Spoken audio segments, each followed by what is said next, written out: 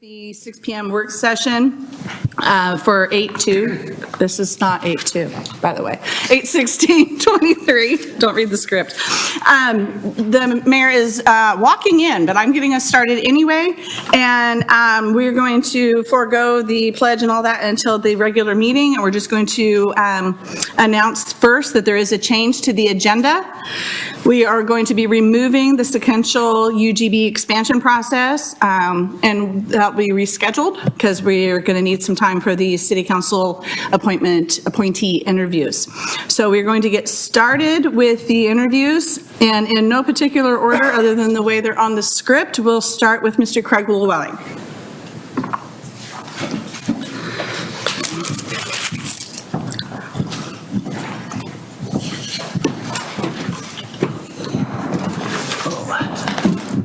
Well, good evening. You can't say I'm not tenacious. This is my third time in 9 months answering these questions. I won't waste a lot of time here. I know you got a lot of people. You've heard my answers to these several times. I would just say that hopefully by now you can't argue my love for this town and my passion for this town. And I can tell you over the 30 years of being involved in this thing, and everything I've done, I always put this town first. In everything we've done, we've always looked at the best interest of the city of Canby. I've run my business that way as a fiduciary. I always will, and I'll always keep an open mind. With that, again, you know my answers to all these questions. What questions or thoughts do you have of me? Brian, I'm going to let you take the reins if you want them, or do you want me to continue? You can continue. Okay. All right. Then, Council, do you want to go down the list of questions? I know there's some new people here since the last time he's answered these, so I'm assuming you want to answer the questions that are on the sheet? Or I actually remember them very well. Yeah. I'm happy to answer them. it was very recent. I just don't want to bore you to death. I know you got a lot more people here, so. Okay. Well, do you have anything new to add for us then?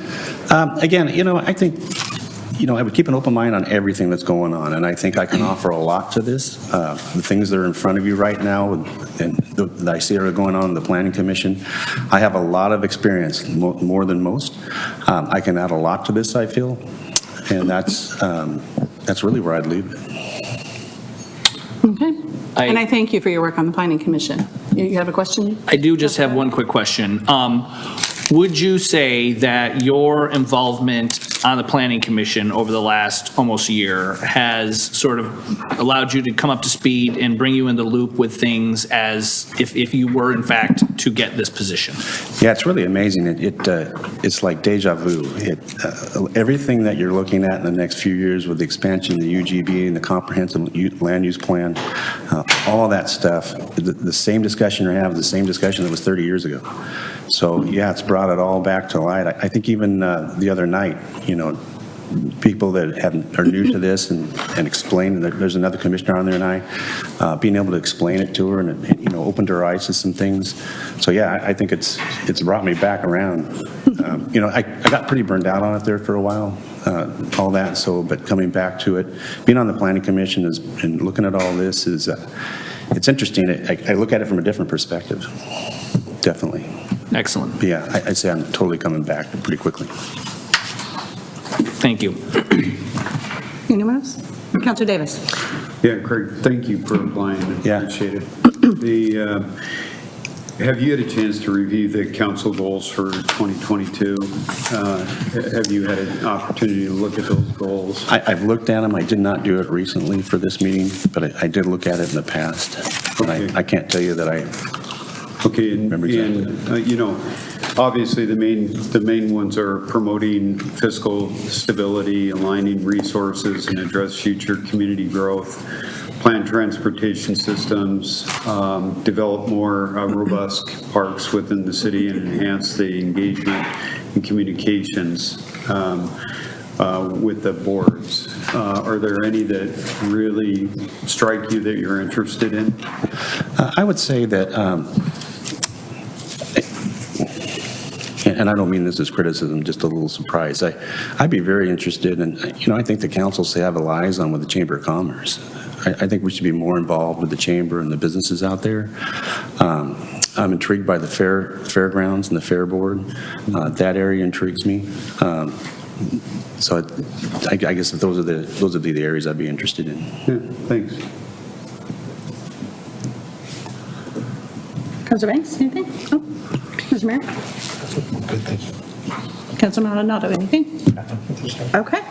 Thank you, Mr. Llewellyn. Thank you. All right, next on the agenda is Daniel Stearns. Mr. Stearns is not here. Have we heard from Mr. Stearns, ma'am? Okay, well, we can put him at the end of the list if he is running behind in traffic. Stephanie Boyce.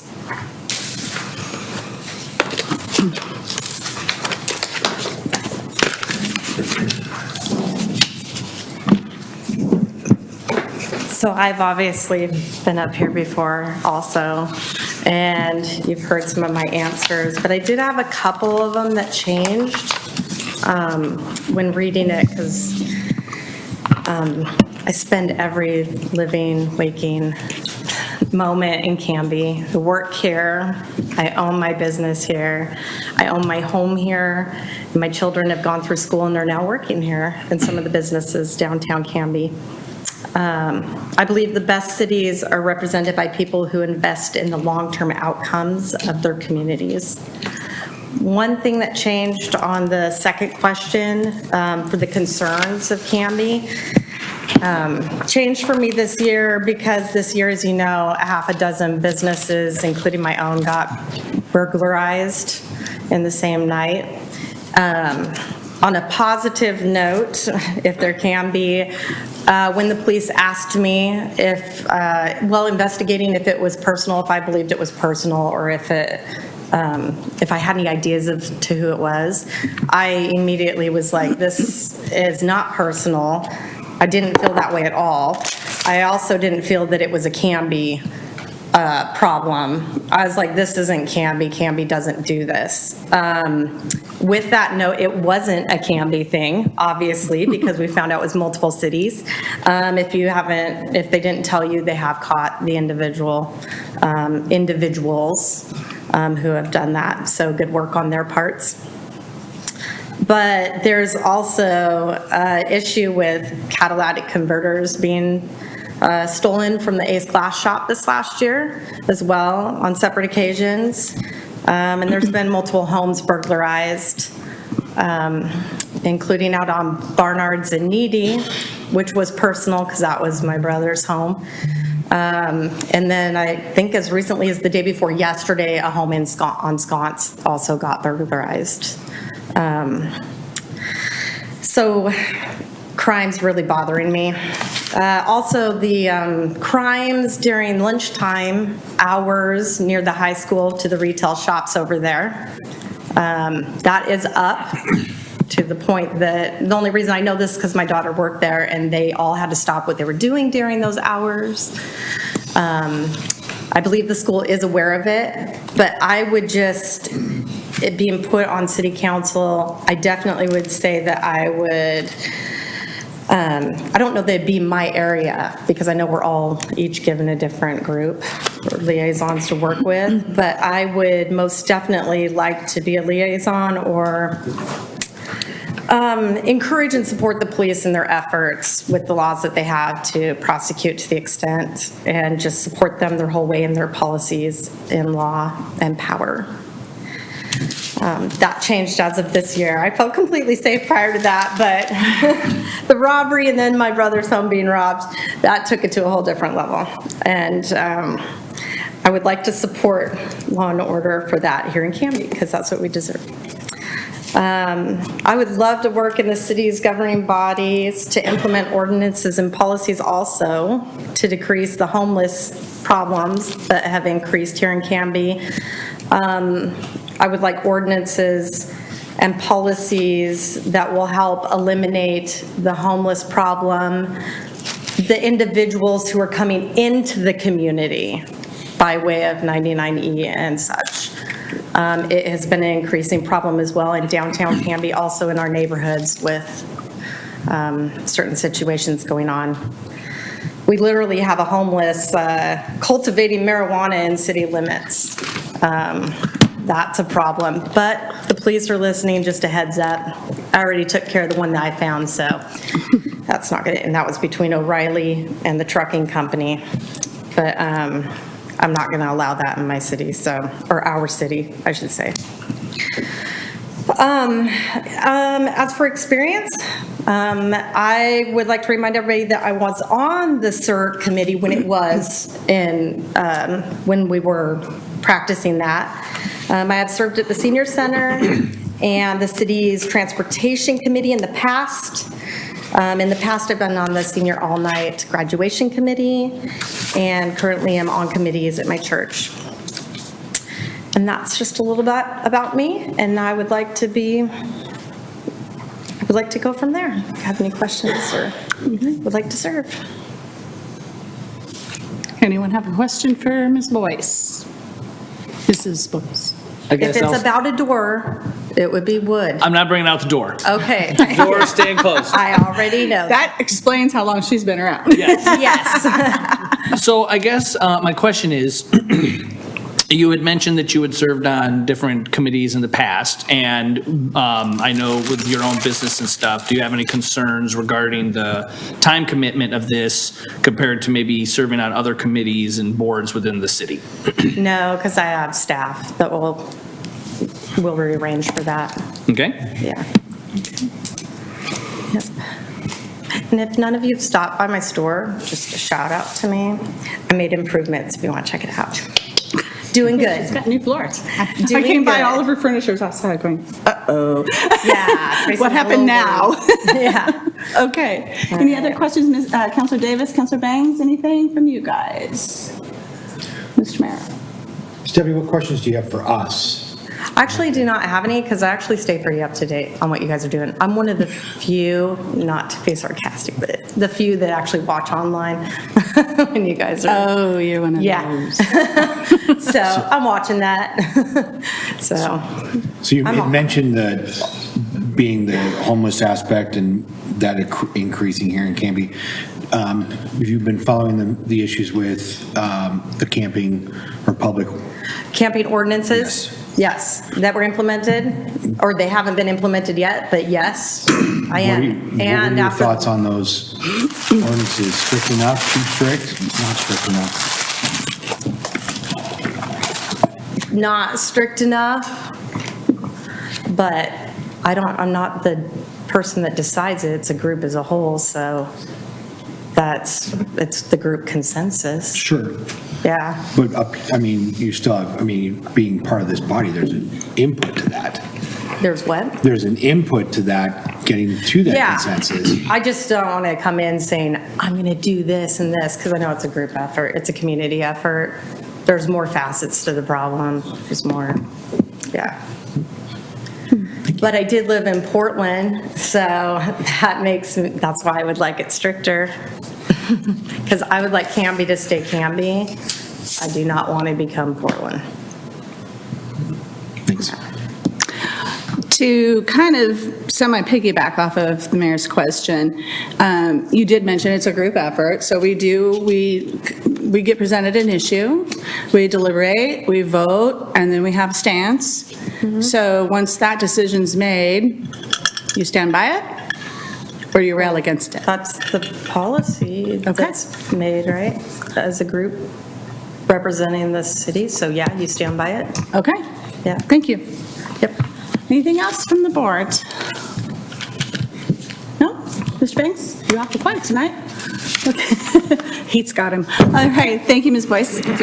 Next, we have, we've had a couple people off of, if you've seen the agenda, then there's a couple people that aren't able to participate. So that brings us to, I'm looking to see, Mr. Stearns has not come in. So do we have Ms. Fraction online on the Zoom?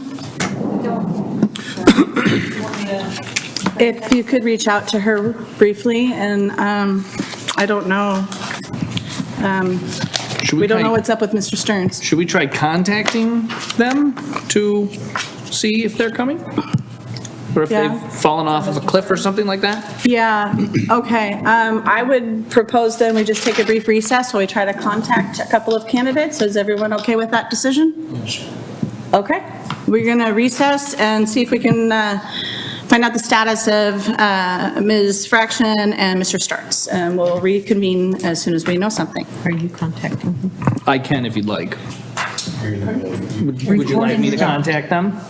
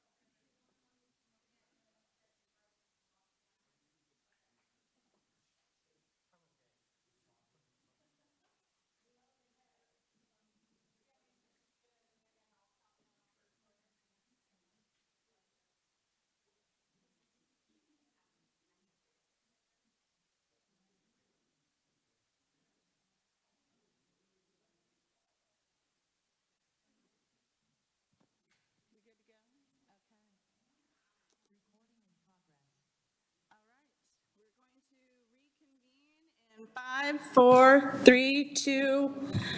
Hello, we're back. We now have the full boat of candidates available, and we're going to go to Zoom first and connect with Ms. Megan Fraction.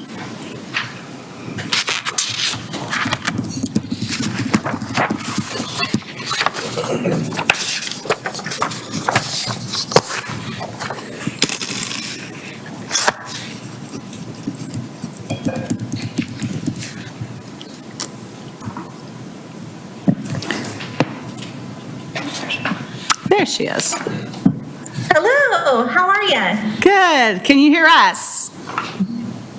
I can hear you. Thank you so much for the opportunity to meet with you guys tonight. Well, we're happy for the blessing of technology that we can get this done for you tonight. Let's start by let you just tell us a little bit about yourself and what appeals to you about serving for the city councilor position. Sure, my name is Megan Fraction, and I recently moved to Canby about 2 years ago. I moved from Portland, and I have wanted to join city council locally since I have moved. I wish I would have gotten involved with city council prior to moving to Canby within the local community. I comes from being go down. Don't want to see that happen. And invest and moved my family, and my passion comes from. Ms. Fraction? Okay. Go ahead, Ms. If I may, you're breaking up and we're having some, you're cutting out, so you might try turning off your video. We've seen your face, but oftentimes I find that if you turn off the video, it frees things up, so that way it doesn't freeze as much. Sure, no problem. I'm calling from a hotel room in San Jose, so that makes sense. I turn the video off right now. Is that better? So far. So far, so good. We'll see. Go ahead. Okay. Okay, perfect. So I'm not sure where stopped coming through. It's okay. We got the gist of it. Anybody want to ask the next question, or? Actually, would. Councilor Maldonado. Ms. Fraction, in your statement, you had stated that you had moved to Canby 2 years ago? That's correct. Okay.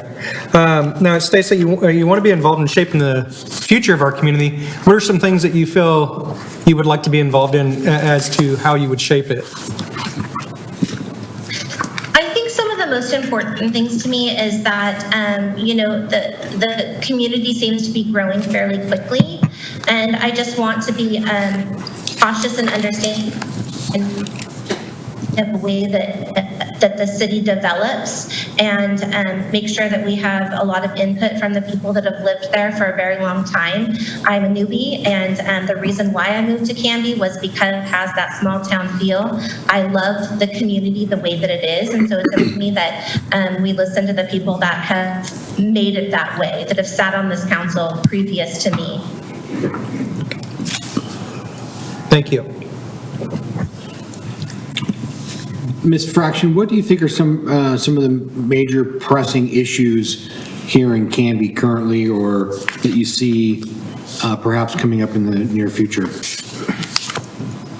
I think one of the biggest issues is just the rate of growth and the way that that is handled. And, a couple things that I have noticed within the last couple of years is there seems to be a little bit more of a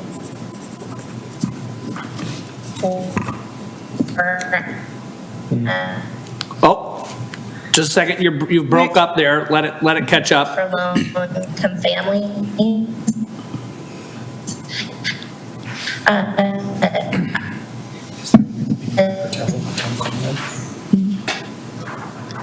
Megan, that answer kind of broke up. Can you, you said the growth and the way that it's handled. Can you repeat how you expanded on that? Sure. So my concern is just making sure that, that the growth is handled carefully, and that we've got people that have been longtime Canby residents, their voices for big with expanding, which is, one of my biggest concerns is, and something noticed is that there's, a need for lower income housing, and that's what I do for a living. I am a senior regional property. I've been a property manager for over 25 years. I have a lot of experience dealing with government entities and contracts and regulatory agreements and things of that nature, and I feel like that would bring value to the city.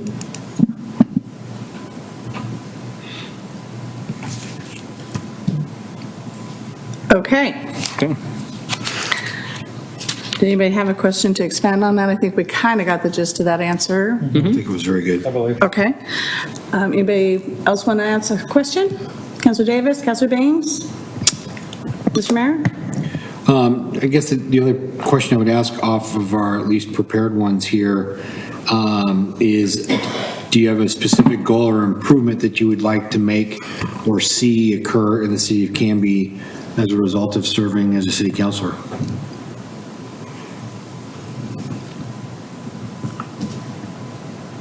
I think. Yeah. Hold on, Megan, you're breaking up again. Yes, Maya? Could I suggest that we call her maybe, or from my phone? The most important thing. Yeah. Oh, well, Yeah, that's a good idea. Hey, Megan, go Ms. ahead, hold Fraction? Megan? Yes, I'm here. Okay, can you hold on for a moment? Maya's going to call you so that we can have you on the telephone, because your audio is breaking up really bad. We really want to hear your answers. So give us just a minute while she calls you. Okay, thank you. You'd think of all places, San Jose would have good Wi-Fi. You think? Hi, Maya. Hi, Maya. Hello, I'm putting my phone up to the speaker here. Oh, I appreciate you. Thank you so much.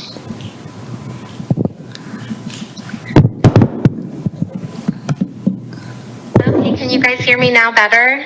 Absolutely. Yes. Much better. Okay, perfect. Can you repeat the question? Sure can.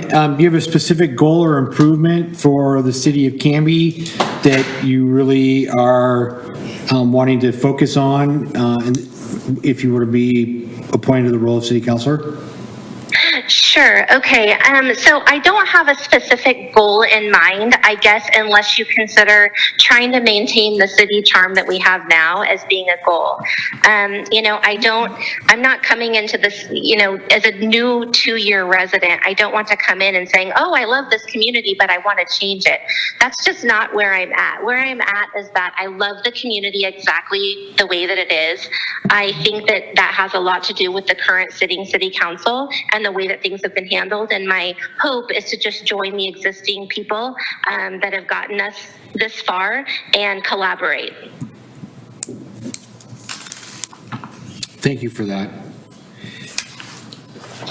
Ms. Fraction, in regards to preparing for tonight's interview, what kinds of things did you prepare or did you look into in preparation for tonight's interview?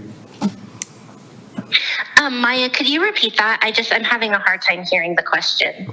Sorry, my question was, what things did you do or research as far as like the city charter, our goals and for what and whatnot for the city? Did you review any of those kinds of things in preparation for tonight? And did you have any questions or thoughts on those? Well, this is my second interview for the city council position. I had previously researched and wanting to join the last time there was an available seat. And so, it's just something that I've been wanting to do and wanting to join and get involved. And so here I am. Great. I was just going to say, do you have any questions of us? You know, I don't necessarily have any questions. I asked them last time I did my interview, and they were all answered then. So I'm just looking forward to, adding whoever is going to be joining City Council, and, whether it's me or not. And I just wish everyone the best of luck. Okay. Anybody else? Davis, Bangs? No? All right. Thank you so much for your time, and have a safe travel back from San Jose. Perfect. Thank you so much. I appreciate your time. Thank you, Maya.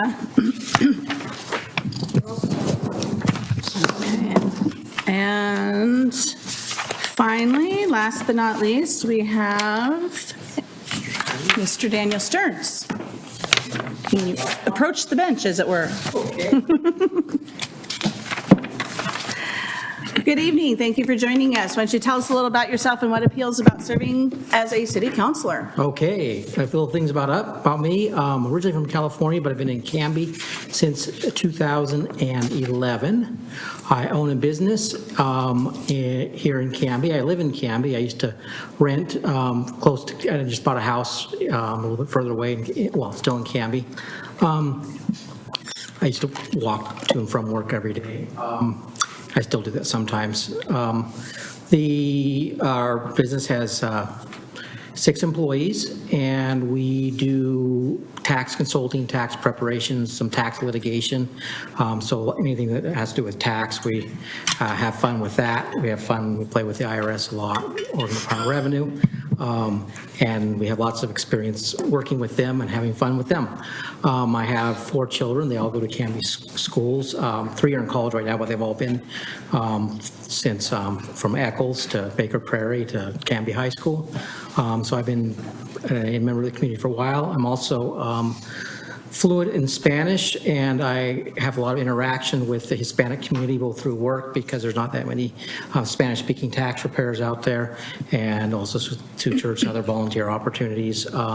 So that, I guess, a little bit about myself. Have a bachelor's degree in business management, and I'm a member of the U.S. Tax Court Bar, so I litigate before the tax court regularly. So I'm familiar with legalities and law, and making sure things are going according to the law and the limits of the law, that sort of thing. Okay. So why do you want to be a city councilor? Why do I want to be city councilor?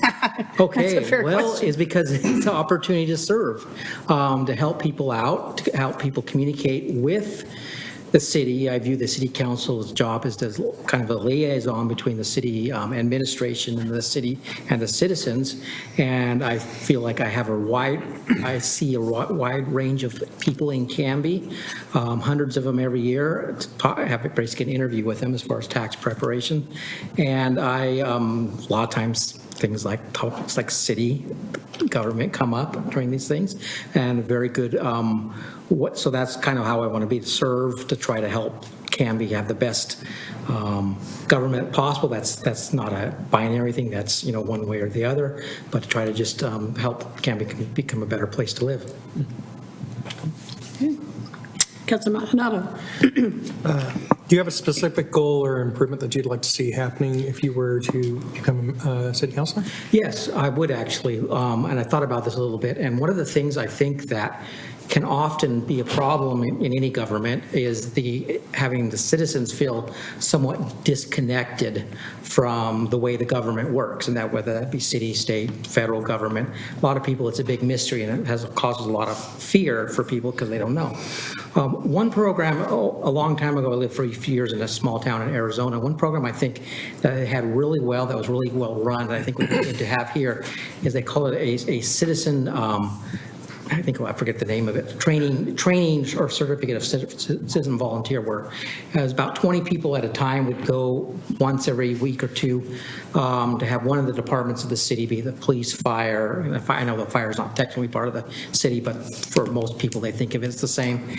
And the roads and maintenance departments, and so they could understand how each of these functions work. And those people, as they go through that, as they understand better, they can relate better to the way the city runs. And they meet people, they talk to people in the city. Just for a quick example, my wife is actually very Hispanic. When we first moved in here, well, she's from Mexico. She got pulled over a few times for what we call driving while Mexican, which basically that happens. And one of the things that she did was she started serving with meeting the police chief and other things, not because she was angry, but to help people out. And after a couple of years, all the police people were just waving hi to her whenever they saw her. So it's a very good example of how getting to know the people can take away the barriers. That's one of the main things I would like to see happen.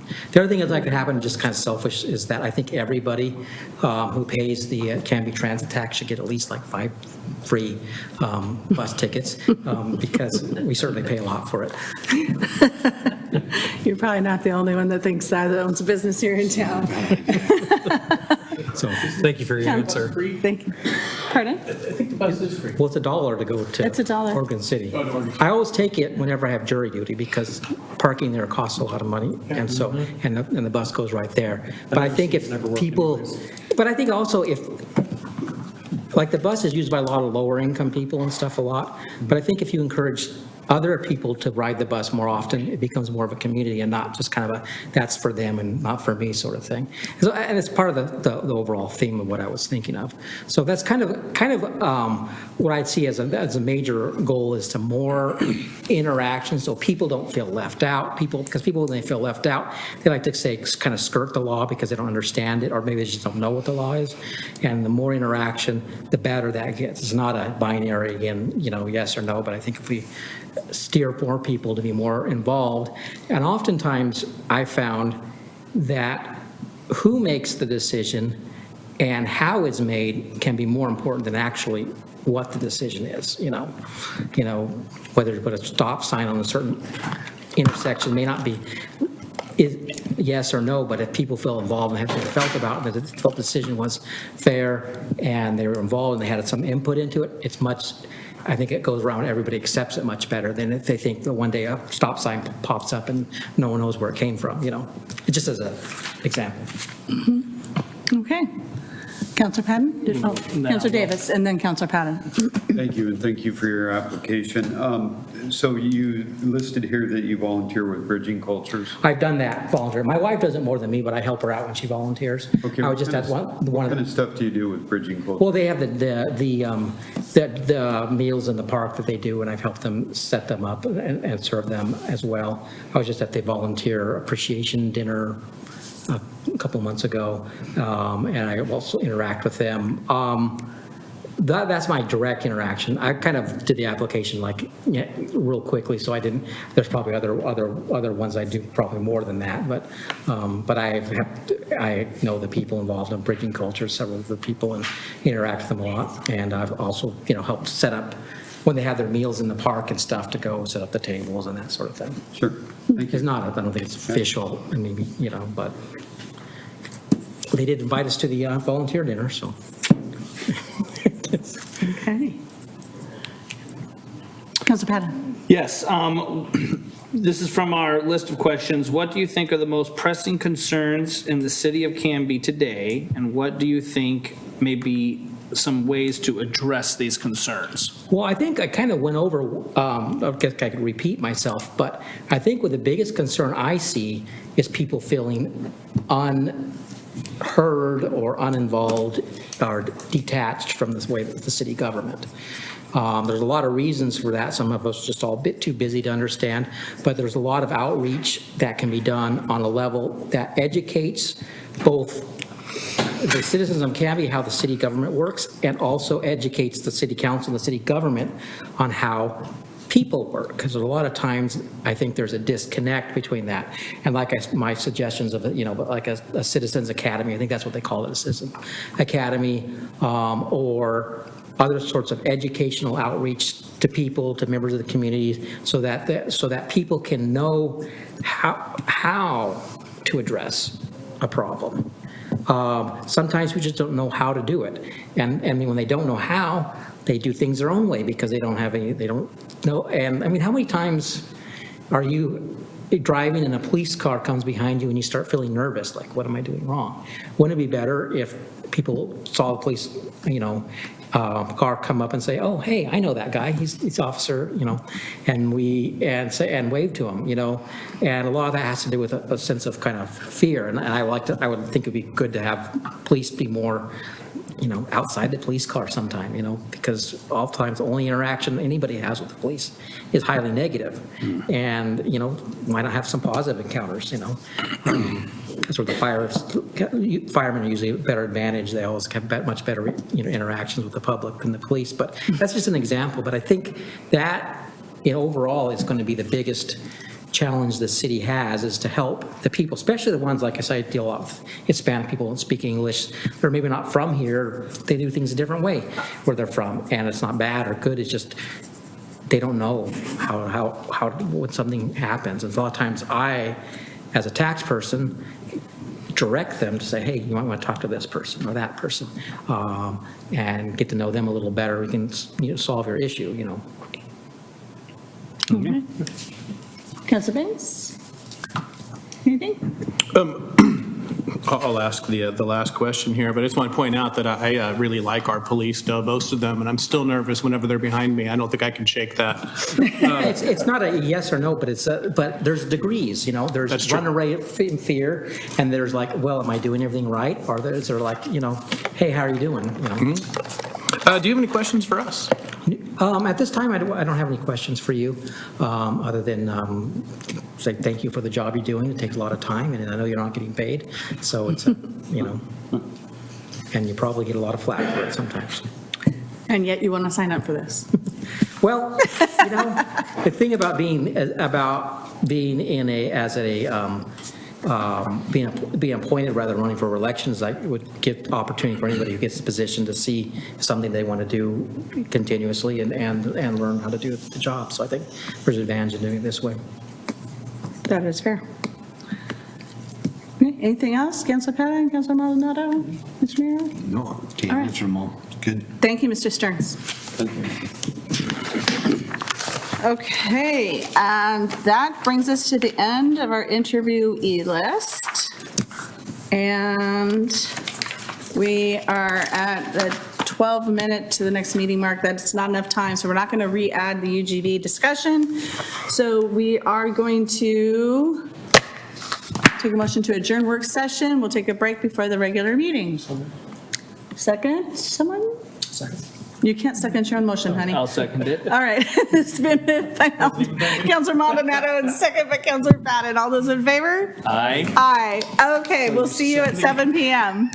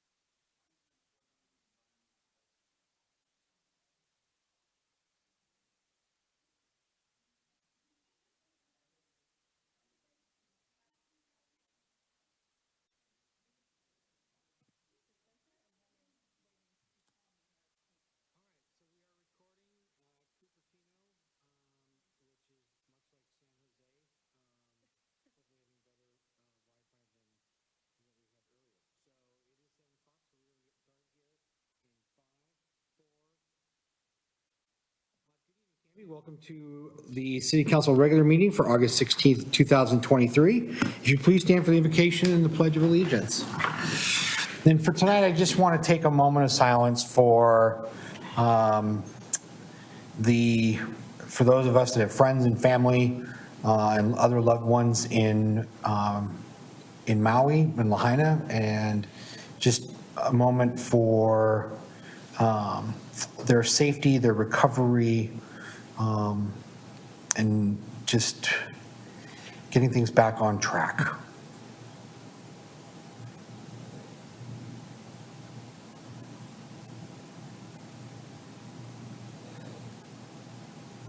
Thank you. I pledge allegiance to the flag of the United States of America and to the republic for which it stands, one nation, under God, indivisible, with liberty and justice for all. Thank you.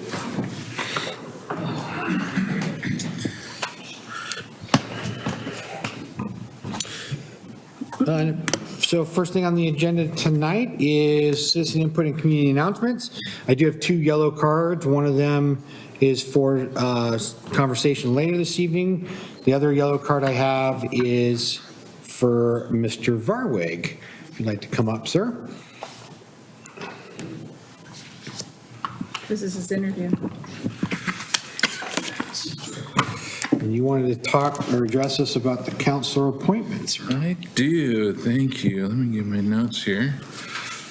It's weird to be in this seat, but good evening, Mayor Hodson, city councilors, and city staff. Thank you for the opportunity to be here tonight. For the record, my name is Sean Varwig, and I live at 840 South Elm Court here in Canby. Tonight, I'd like to speak to you regarding the appointment of a new city councilor. As you know, I spent over 4 years sitting right up there on the dais with all of you. It truly was a special time in my life, although it wasn't always rainbows and sunshine. But because of the time I spent alongside of you, I know that what I'm about to share might fall on some deaf ears, but I hope that you'll hear my plea. And you might have just thought to yourself, he's not talking about me. And if that thought went through your head, you're exactly who I'm here to speak to tonight. Canby is a special place comprised of people from many different backgrounds, and with the exception of maybe 1 or 2 people, have not met anybody that I don't like. That's what I loved about serving on the city council, an opportunity to serve everyone, not a political party. Unfortunately, as is the case beyond just Canby, division is running rampant and political games have taken the place of nonpartisan service. And whether you believe it or not, it does exist here in Canby. And it's time for that to end. Tonight, my hope, and honestly, my expectation of you as one of your constituents is that you'll leave partisan tactics behind when making your selection. And I would like to put my support behind Craig Llewellyn. Craig and I don't agree on everything, but we've always been able to have civil conversations about the things that we disagree on. He hasn't changed my mind, but I'm thankful for the respectful conversations that we've had.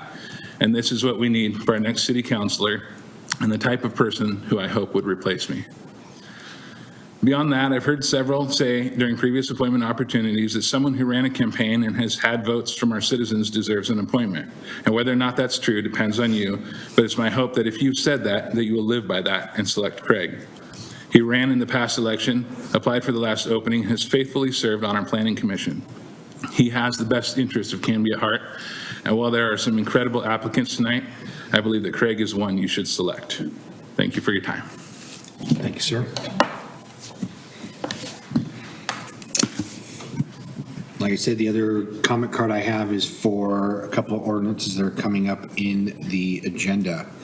I would be remiss in introducing via Zoom our interim counsel, Mr. Doofman. So thank you, sir, for being here this evening. My pleasure, Mr. Mayor. Thank you. Okay. Next on the agenda, yes, Councilor Banks. Regarding this next item on the agenda, I'd like to separate A and B for the same reasons I wanted to do that last time. I was only here for one of those meetings. Okay. So, thank you, sir. So the consent agenda piece, we will take item A, the approval of the June 7th, 2023 regular city council meeting minutes. Mr. Mayor, I move to approve the minutes of the June 7th, 2023 regular city council meeting. I'll second. Motion has been made by Council President Hensley and seconded by Councilor Bangs to approve the consent agenda for item A, approval of the June 7th, 2023 regular city council meeting. Any discussion? All those in favor? Aye. Aye. Anyone opposed? That passes 5-0. Mr. Mayor, I move to approve the minutes of the June 21st, 2023 regular city council meeting. Second. Motion is made by Council President Hensley to second to approve item B, the June 21st, 2023 regular city council meeting minutes. Any discussion? All those in favor? Aye. Aye. Anyone opposed? And an abstention. Aye. That passes 4-0-1. Next on our agenda, we're going to move into ordinances and resolutions. The first item is ordinance 1607, an ordinance authorizing the interim city administrator to execute a contract with Kern McLeod Incorporated in the amount of $159,000 for design and construction phase engineering services for improvements to Northeast 10th Avenue from North Locust Street to North Pine Street. And this is up for a second reading. Ms. Stein, did you want anything you wanted to elaborate on this, or did we want to drag Jerry up here and make him tell us? I do want to drag. Oh, Jerry's here. Jerry, why don't you come on up? He likes to sit in the back. Is there anything new to add, though? Yeah. Thanks, Mayor and Council, for inviting me up. So, did you see the kind of the renderings of the locations of the projects in the packet that Eileen put in there? Yes, sir. Thank you. So same project. We're just going to try to start engineering, get the easements required to hopefully upgrade Northeast 10th Avenue from Locust to North Pine. And if any of you guys want to look why we need to do this, I guess after the meeting, drive by the fair there on the backside and see what it looks like. It's the perfect week. This is a perfect week to see why we need to do some upgrades over there. No, for sure. Yes, Councilor Bangs. Mr. Mayor, to make a motion. I move to pass ordinance number 1607, authorizing the interim city administrator to execute a contract with Curran McLeod Incorporated for the amount of $159,000 for design and construction phase engineering services for improvements to Northeast 10th Avenue from North Locust Street to North Pine Street. Second. So a motion has been made by Councilor Bangs, seconded by Councilor Patton, to approve ordinance 1607, an ordinance authorizing the interim city administrator to execute a contract with Curran McLeod Incorporated in the amount of $159,000 for design and construction phase engineering services for improvements to Northeast 10th Avenue from North Locust Street to North Pine. Before I ask for a roll call vote, Mr. Canberra wanted to address the council on both 1607 and 1608, the ordinances. So Mr. Canberra, if you wouldn't mind coming up and sharing your thoughts with us on both of those before we move into discussion. How are you, sir? Good evening, folks. My name is Robert Canberra. I live at 1338 North Maple Street here in Canby. On behalf of the Canby Traffic Safety Commission, we have both repeatedly discussed both the CIP projects covered by ordinances 1607 and 1608. We fully support and encourage the funding and completion of these projects. Both of these projects address safety and livability issues here in Canby. If you'd like for me to give you more of my impressions of both of these projects, I clearly will give you more information if you want. We've looked at both of these projects in detail. We have an excellent representative from the council as part of the commission, so I'm sure she shared with you these concerns. Tent is in dire need of just a regular remake. The road is horrible. But also, it would have an opportunity to provide sidewalks and a movement of people that will be both safe and separate from cars moving away. If you look at Canby and our hope to increase livability and contact within the community, you really want to increase people to come out and enjoy the roads and enjoy the movement. Tent provides a connection all the way from Redwood, all the way through down your newly done great road of Locust, and brings people all the way to the central part of the city.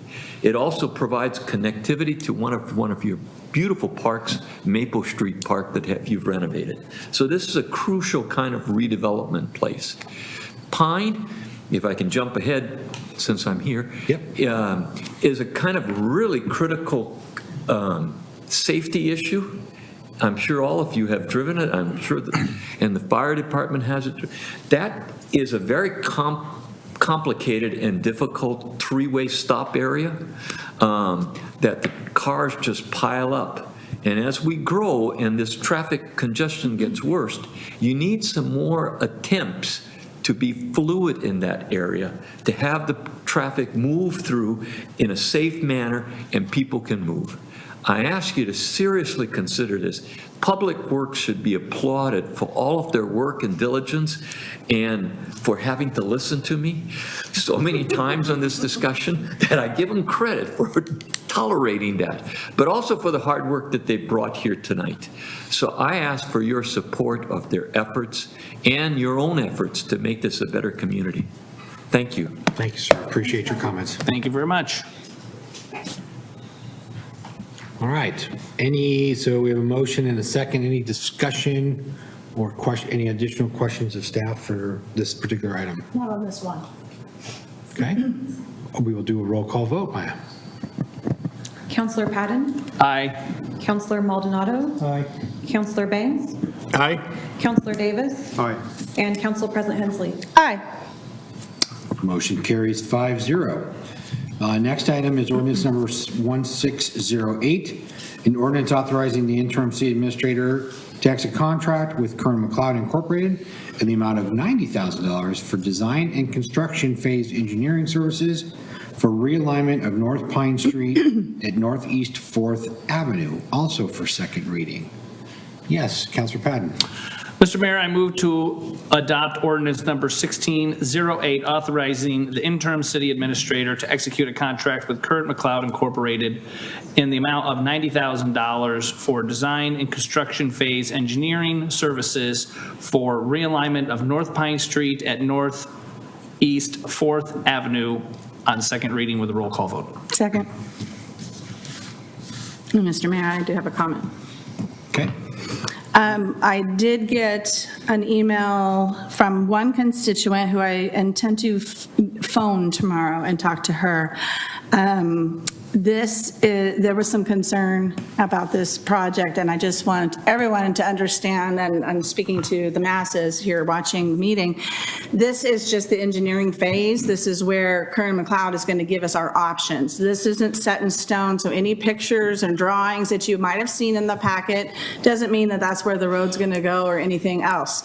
We need to do these pieces to find out what our options are going to be, and I can tell you from living at that intersection for 2.5 years, every day, not without fail, someone, at least one, runs that stop sign there by the museum.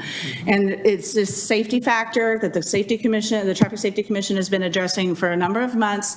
And so this engineering project absolutely needs to happen so we know what our project options are.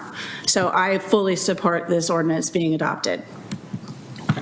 Thank you. Thank you. We have. Roll call. Thank you. Is there additional comments? Yeah, I had, looking at the map and the drawings that Councilor Hensley just told us to disregard, sort of. It is sort of a wonking redraw of that intersection, almost like a slalom course. And I'm curious to know who owns the the field right there on the corner. Is that city property or is that? Can we disclose that? Or we know the owner. Can we say that, Jerry? Is that okay to say? Probably not. Okay. I would recommend not. Okay. But we have been talking to all the property owners involved in this. So it's not a city-owned property? It's not a city-owned property, and it's not a surprise to the people that own the property there. Yeah. It would just be neat if we could work it out so that we could like buy the parking lot for the auto company and then they could buy the other lot, or we could buy that for them and have a straight road that doesn't have quite so many curves.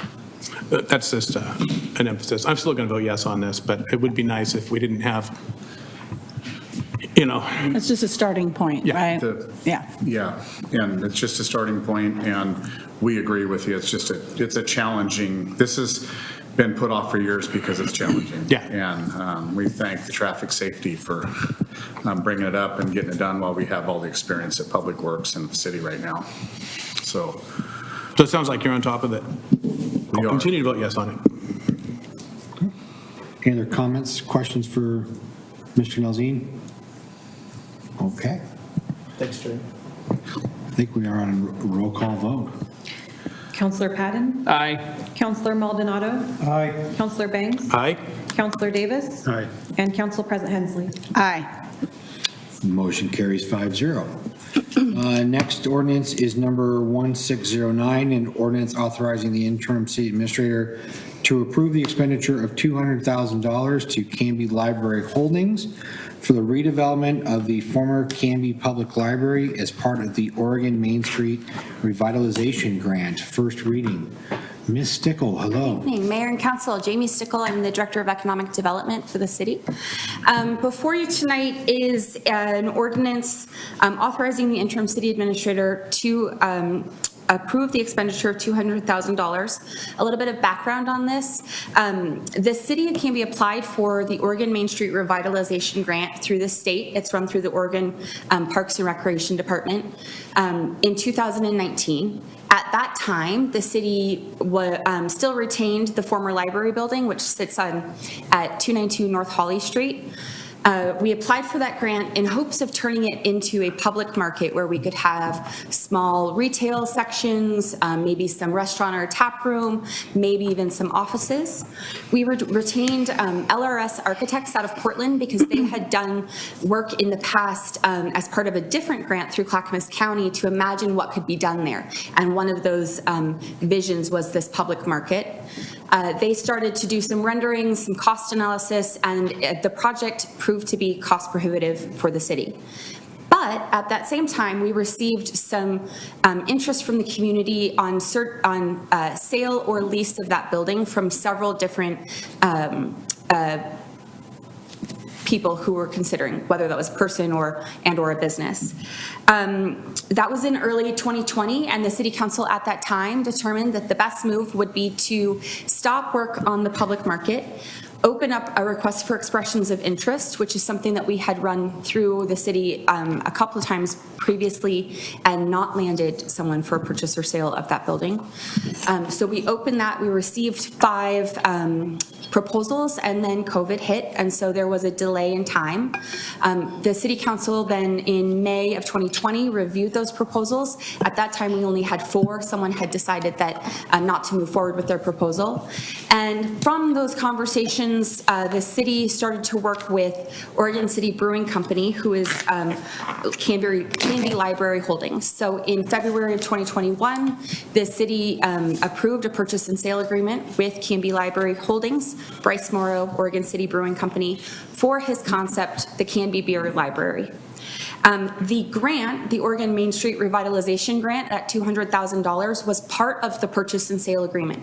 The grant itself can be used as a pass-through, and it's actually not a pass-through through the city. It's a pass-through through the Main Street program, which the city retains its Main Street status with the Oregon Main Street effort. So we were able to pass that through as part of the purchase and sale agreement, provided Bryce worked with the city and then also the state to ensure that his proposals still fit within the scope of that project. And we worked with the state all along the way. Since Since the Main Street program, the city is the applicant, we have to do progress reports, but a lot of that information was provided by Bryce Morrow.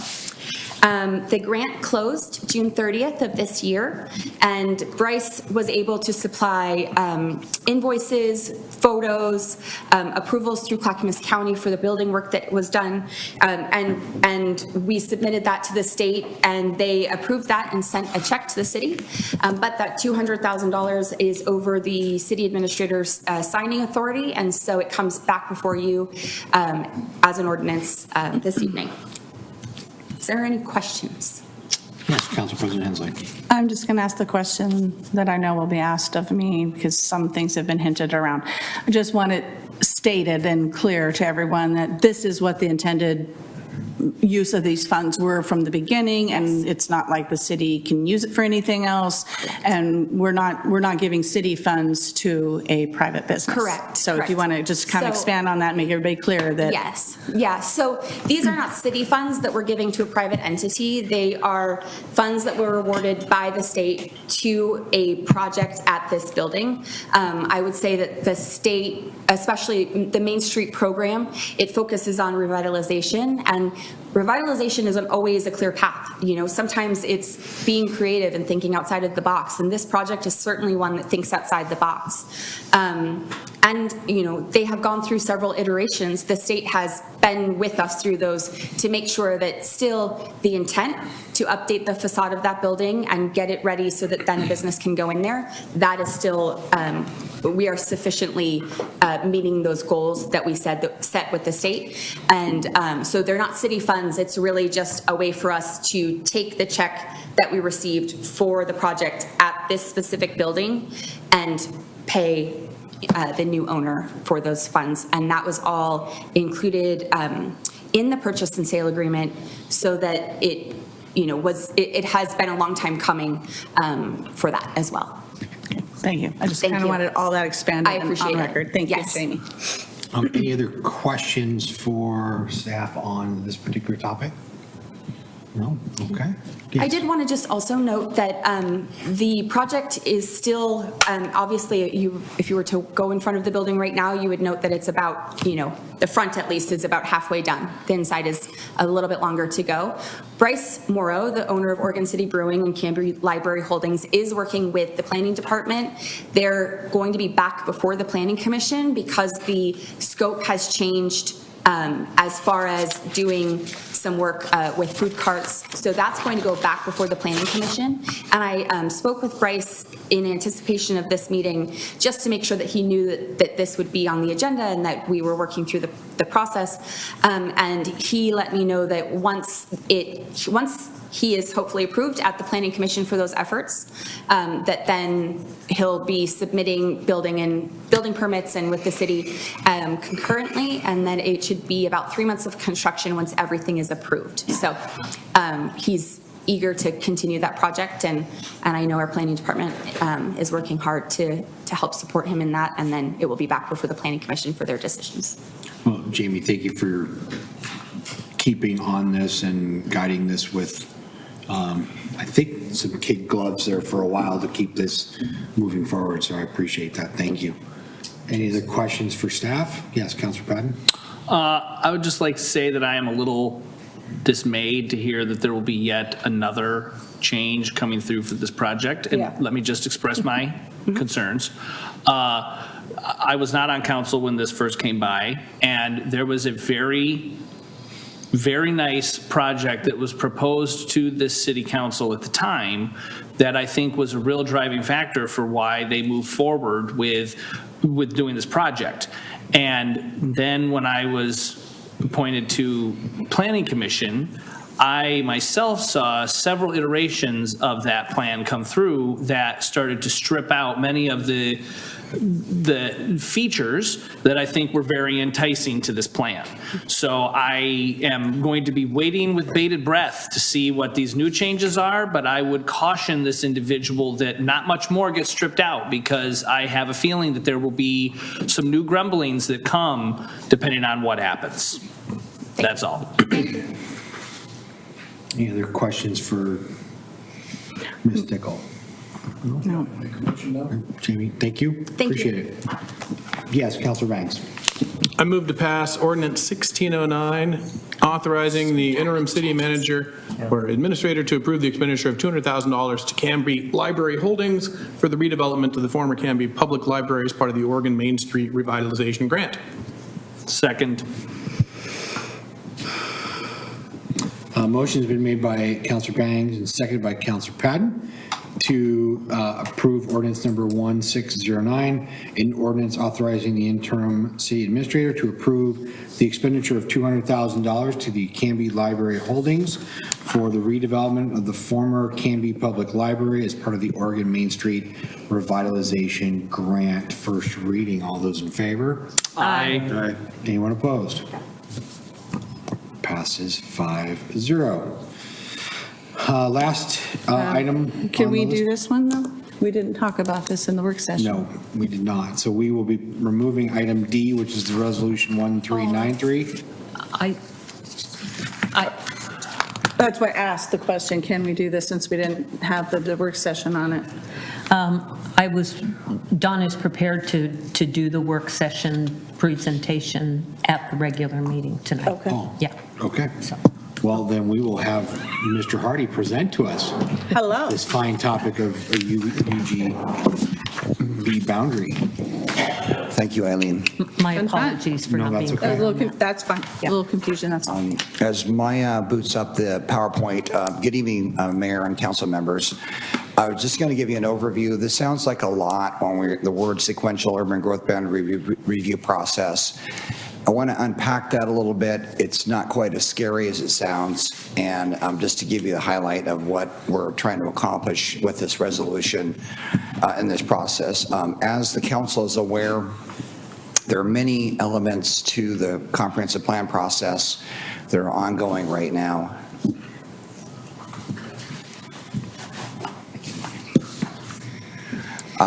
There's the housing needs analysis, economic opportunity analysis, housing efficiency measures, and the urban growth boundary initiation process, which are all going to be kind of covered tonight largely in the sequential urban growth boundary review process. Essentially, the sequential urban growth boundary process is a way of providing a schedule for those, an anticipated schedule for the adoption of those elements. It came about from the state legislation because several cities rather in the state of Oregon had significant challenges both financially and time commitments to doing urban growth boundary expansions, spending decades of time and lots of money going through a process for an urban growth boundary expansion where it was needed and justified. But there was significant problems with things like population projections having to be redoing work for population projections that changed midterm through that process, and pretty much they had to repeat the entire processes again, housing needs and economic opportunity analysis over again. So that's the framework that started in 2019 when the legislation was put into place. So it's meant to create predictability and limit appeals for items that we're already moving forward with. It will lock in the 2020 Portland State University population projection. There's another population projection coming in 2024. We want to stay with the 2020 population projection, so that really locks that in for the work that's already been completed. It would limit appeals, which what it does is essentially allows these individual documents to be appealable, housing needs analysis, economic opportunity analysis, to be appealable independently, but they do not need to be packaged into the urban growth boundary initiation process itself. So the urban growth boundary will have its own set of criteria, but that's not insignificant in terms of ultimately peeling back this process. So each part of this that is brought forward is going to be reviewed and approved by council and adopted independently with its own appeal process. So with that, I'm going to go ahead and dive into this a little bit. So again, I'll go through these items here and try to not dive into too much of the detail, but stay high level. Sorry, can we go back one? So the starting point of this whole thing is we know from our housing needs analysis and our economic opportunity analysis, this is done by the consultants through Department of Land Conservation and Development grants. We received that there actually is a need for additional housing land of between 50 and 112 acres. That's still being refined, but it's in that ballpark, and about 447 acres of employment lands. Probably not surprising since the last comprehensive plan adoption was about 38 years ago in terms of setting the boundary for the city. So the city is actually at the point where really the land base is fairly diminished, and we've gone through this exercise. So with that in mind, we know there's the need to do an expansion through the urban growth boundary process. The state, again, provides an opportunity for using sequential urban growth boundary process if there's more than 50 acres of anticipated need, which there is in this situation. DLCD is recommending this process to be used, and again, the Oregon administrative rule is there that identifies what the legality of that process is. So again, back to the vesting piece, which, what are the benefits? The benefits are locking in the population projections, so we do not need to redo housing needs and economic opportunity analysis yet again with 2024 population numbers. It will lock us in on 2020 numbers. And then again, essentially the second bullet point is the appealability of the housing needs and economic opportunity analysis are based on the merits of those individual documents. They're not baked into the ultimate urban growth boundary expansion application.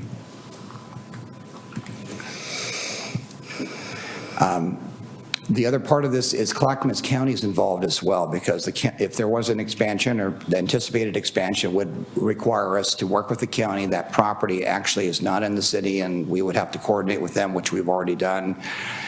And so that process involves the county and it involves the Board of County Commissioners as well. The sequential review process identifies the work plan, which is the schedule.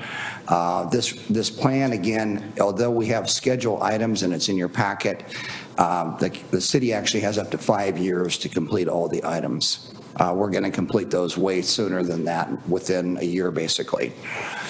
The sequential UGB process is consistent with city goals, and those are articulated in 2023 City Council goals about all the items that are included in the sequential urban growth boundary process are goals of the City Council. And the city of Molalla has recently gone through this process successfully. We kind of use them as a template, and that was actually very beneficial. They were in a similar circumstance, and they're even in a tighter time frame than we are to get things done, and so they really are rushing to get stuff done even faster, and this was another way for them, they felt like, as a tool for them to be successful. So again, the work plan is, which is the schedule, and that's in your packets. It talks about when things are going to happen, and I will touch on those briefly here in this PowerPoint as well. Again, we've engaged the county and Department of Land Conservation and Development staff. The council resolution hearing is tonight. The County Board of Commissioners, following tonight's anticipated resolution adoption, the County Board of Commissioners will end up reviewing and approving this work plan, the sequential work plan. And then it will go to Land Conservation and Development. They'll issue an approval, and the dates of that are County Board of County Commissioner, September, October, and the Department of Land Conservation and Development, October, November.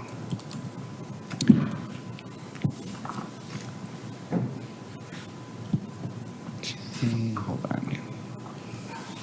So there's a lot of text up here. I'm going to try to boil this down.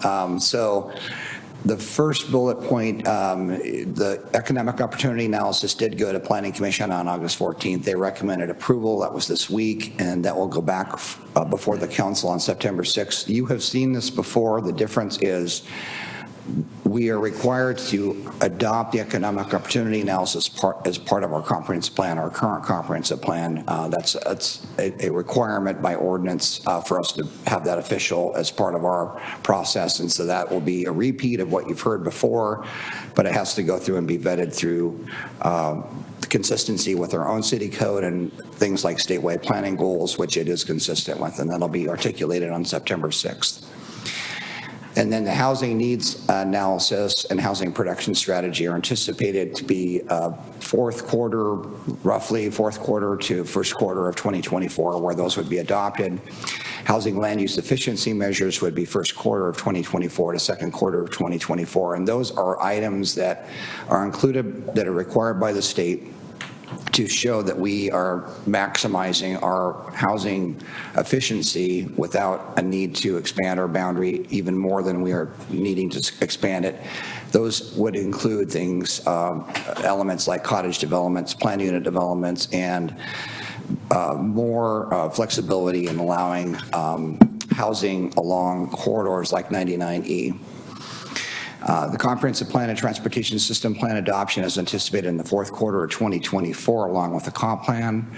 And the urban growth boundary expansion is anticipated right after that, which would be the first quarter of 2025, with anticipated approval by the third quarter of 2025. And before I get to this next slide, so this is kind of the overall framework here that's in the work plan.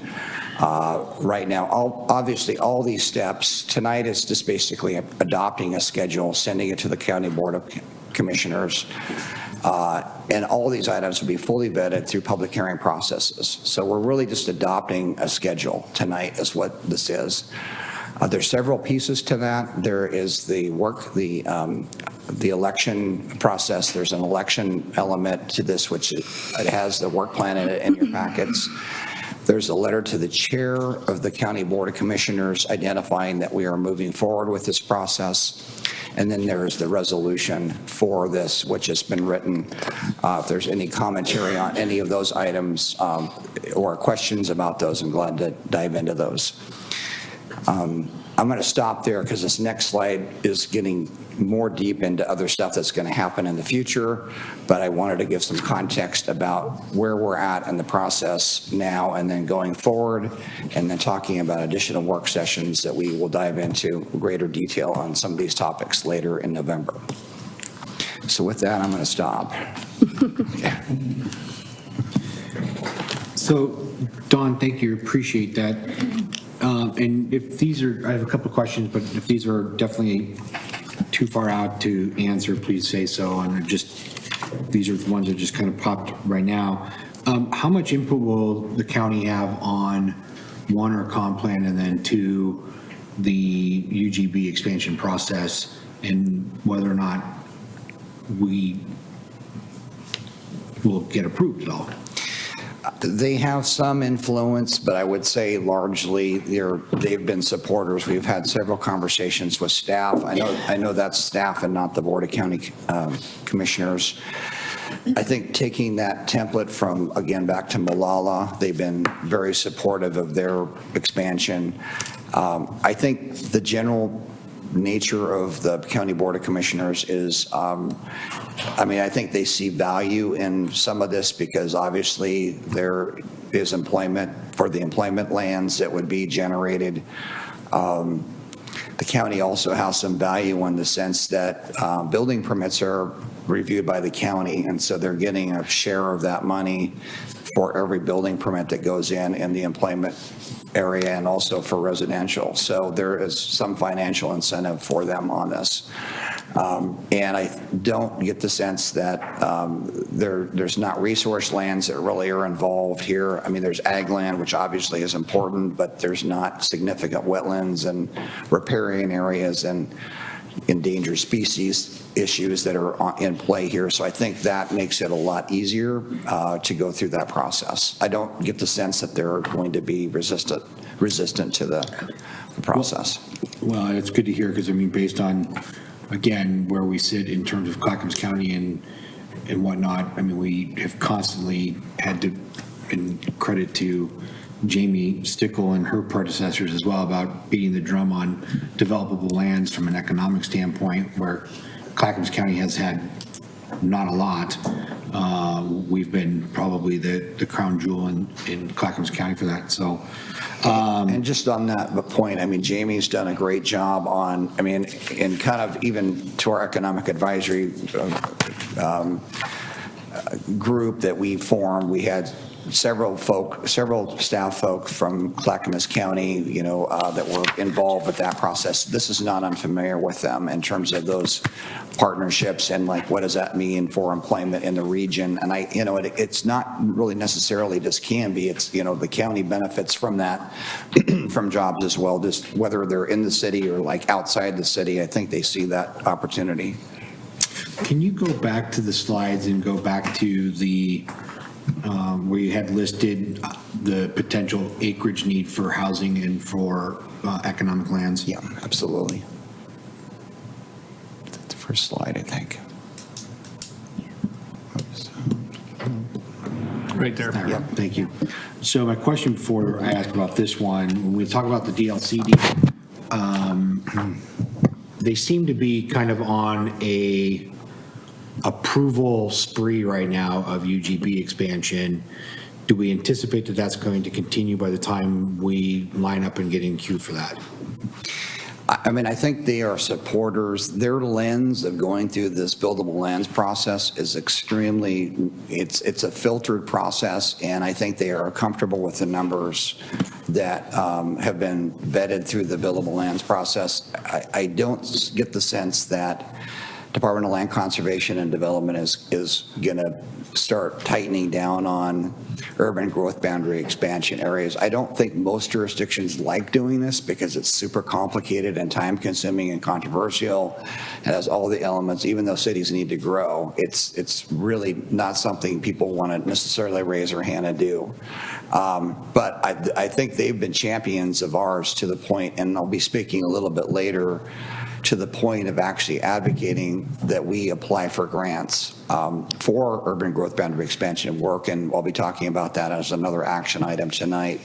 But I think they're clearly on board. We've had tons of conversations throughout their staff. I feel like I know every one of them because this stuff is complicated and it's somewhat nuanced, and it's not like it's not like zoning code, which is very clear and objective. It's more softer and interpretive. And so there's been a lot of conversations. I feel very solid that they're behind this process.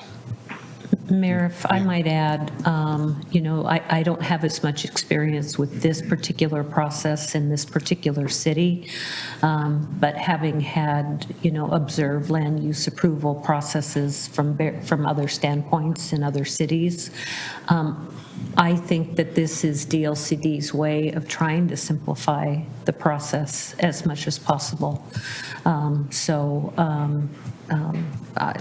Yeah.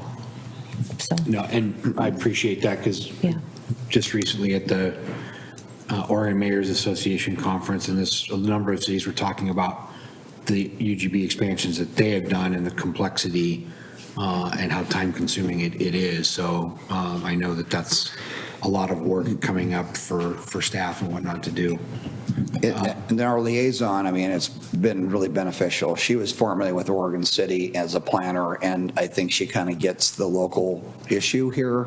And I just say thematically, they've all been great to work with, but I feel like they're, to Eileen's point, I think the state not only put this process together, but I mean, they recognize that that there's a need for looking at your boundary and growing over time.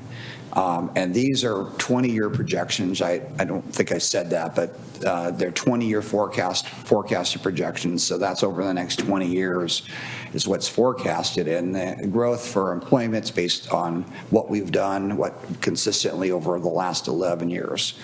And the residential has its own set of criteria. It's extremely narrow.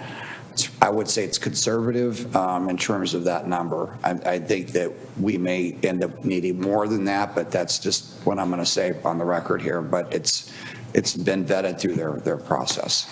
Okay, thank you. I have a couple other questions, but I'll give someone else a turn. Councilor Patton? The slide with like the Gantt chart on it, are we talking about that yet or no? Is that for the second section? The one with do you want to jump to that? I would. Am I allowed to? Well, I have one more question on the slide that's up. Oh, okay, that's Yeah, fine. But yes, and then, sorry. So my question, so we're talking about between 50 and 112 acres for residential land, and then 447 acres for employment land. What point do we, as a council, start to have conversation about where, one, what does that number truly represent, and where is that expansion going to occur? And there's a number of steps involved in that, and the first part of this is there's a lot to chew here, and so we'd like to come back on November 1st and walk through this in a lot more detail in particular, but let me give you a generic answer on this. So we're going through the comprehensive plan process, transportation system plan process, which also includes scenario planning, which will include urban growth boundary area scenario planning, and that will start in the fall. Our advisory committee, we have an advisory committee meeting tomorrow night at 6 o'clock. There's another advisory committee that will likely happen in the fall as well. So as we get into scenario planning, that's kind of the first step of like defining those areas, and they all have to be undesignated, and there's a number of undesignated areas around the perimeter of the city, and those would have to be looked at. And that's the beginning stages of that. And that there's a visioning process that we're going through as well with the city, trying to get input. You know, there's a survey online. We're doing farmers markets and other outreach to communities. Our advisory committees members are being ambassadors and trying to get the word out and meeting with other folks as well. So there's a lot of things happening that'll come together, but the short answer is scenario planning will start in the fall. It will continue through the end of the year, and we'll be going into the next year, and that's when we'll continue that discussion. So I'd say roughly over the next year, we're probably going to be looking at defining that further and further. Planning Commission and Council obviously have a huge role in this, and to filter it through. It's complicated enough in that chart that Commissioner Padden was talking about. I just want to very slightly touch on that because I could spend all night talking about it. And but we're going to come back on November 1st and dive more deeply into that issue. So I think my question segues into what you want to see next, correct? I don't know. I haven't asked my question yet, so we No, I don't know, but I mean in terms of seeing the Gantt chart. Yeah, I have a question about one of the bubbles specifically. Okay. Are there any other questions for staff on this first part? Okay. Thank you, Don. We're going to go to the chart. Is that what you'd like to do? Yes, sir. I'd love to. Okay. So this is very high level at this point, but we felt it was important to kind of give a graphic of where we're at kind of in the process. And you can see on the far left, economic opportunity and housing needs analysis. And the EOA, again, will be going to council on September 6th. Housing needs will probably happen sometime by the end of the year that's what's happening there. We're also doing housing efficiency measures, and I mentioned the 3 items that we're working with Department of Land Conservation and Development, and those are things that we need to do to be able to do an urban growth boundary expansion to show that we're using our land efficiently, specifically for housing. And there's three prongs to that, which are cottage development, style development. There's an ordinance we're developing on that.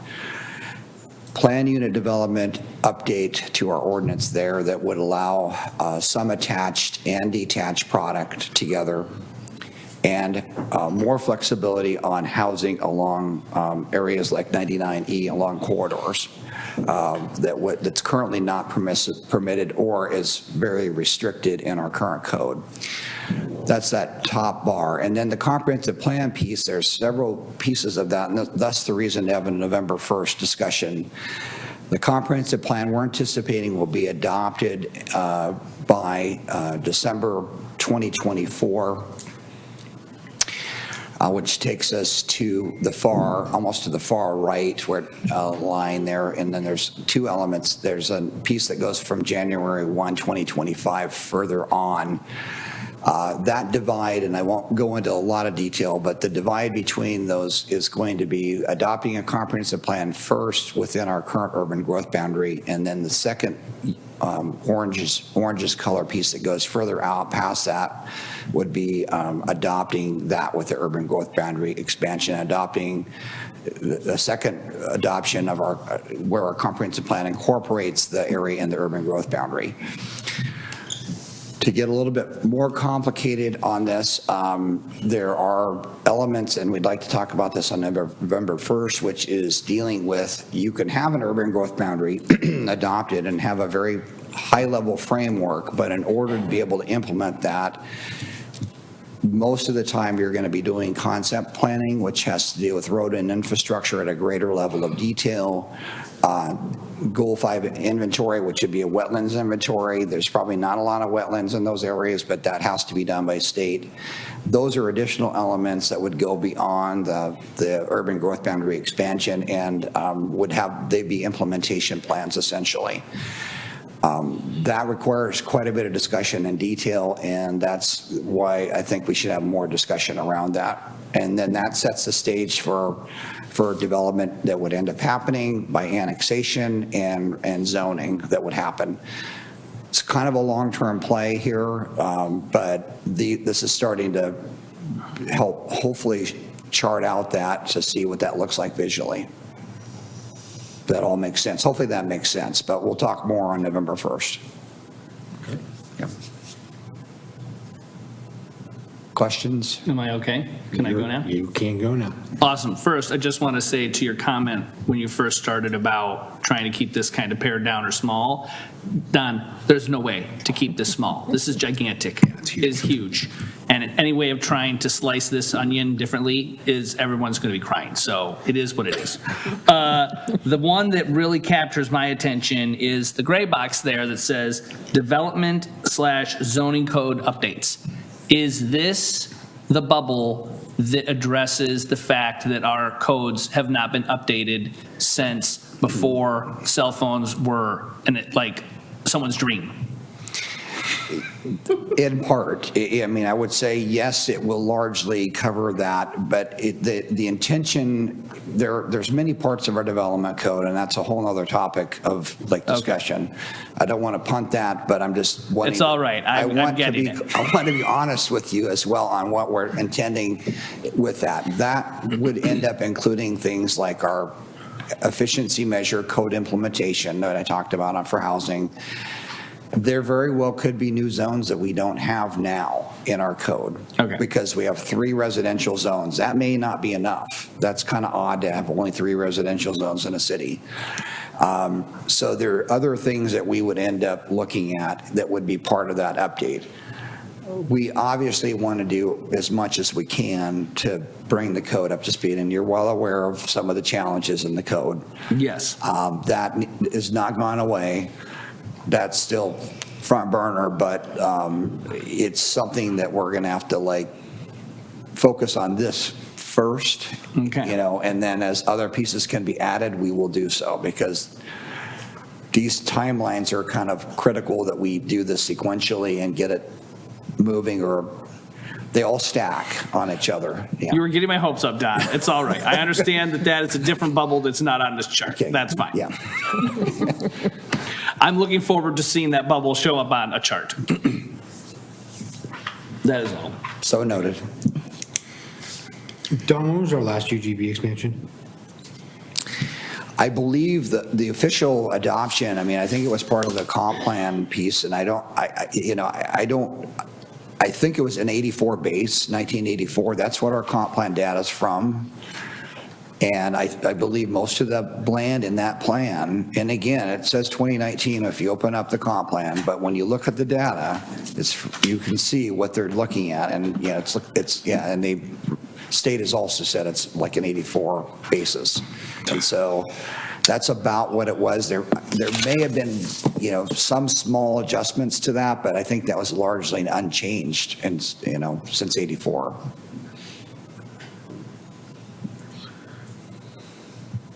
Okay. So that's the reason we're here. I know. Yeah. That pretty much negates all my other questions I have, because the the time window seems to, yeah, it's wonky. If I may, I Yes, think sir. we need to put in the budget some sort of like little robot that is dormant in City Hall, and in 15 years, it like wakes up and starts smacking people around saying you need to start your comprehensive plan, urban growth boundary expansion stuff now. Do not wait another 15 years to do this. If Jason, there I is think such a thing, we need to find that's it. you. I don't know. Put it in your calendar. I could. Okay. I might do that. I don't know if it goes out that far. So just, bringing it back, before you, we're hoping for support for the letter to the county chair, the election to use a sequential review process, which would authorize Eileen to sign on behalf, it's the city authorized representative, and the resolution that's before you tonight, which is in your packets. If I may. You may, sir. I move to approve the sequential review process, adopt Resolution 1393, including authorizing the mayor to sign the election to use the sequential review process and the letter to the Clackamas County Board of Commissioner Chairs.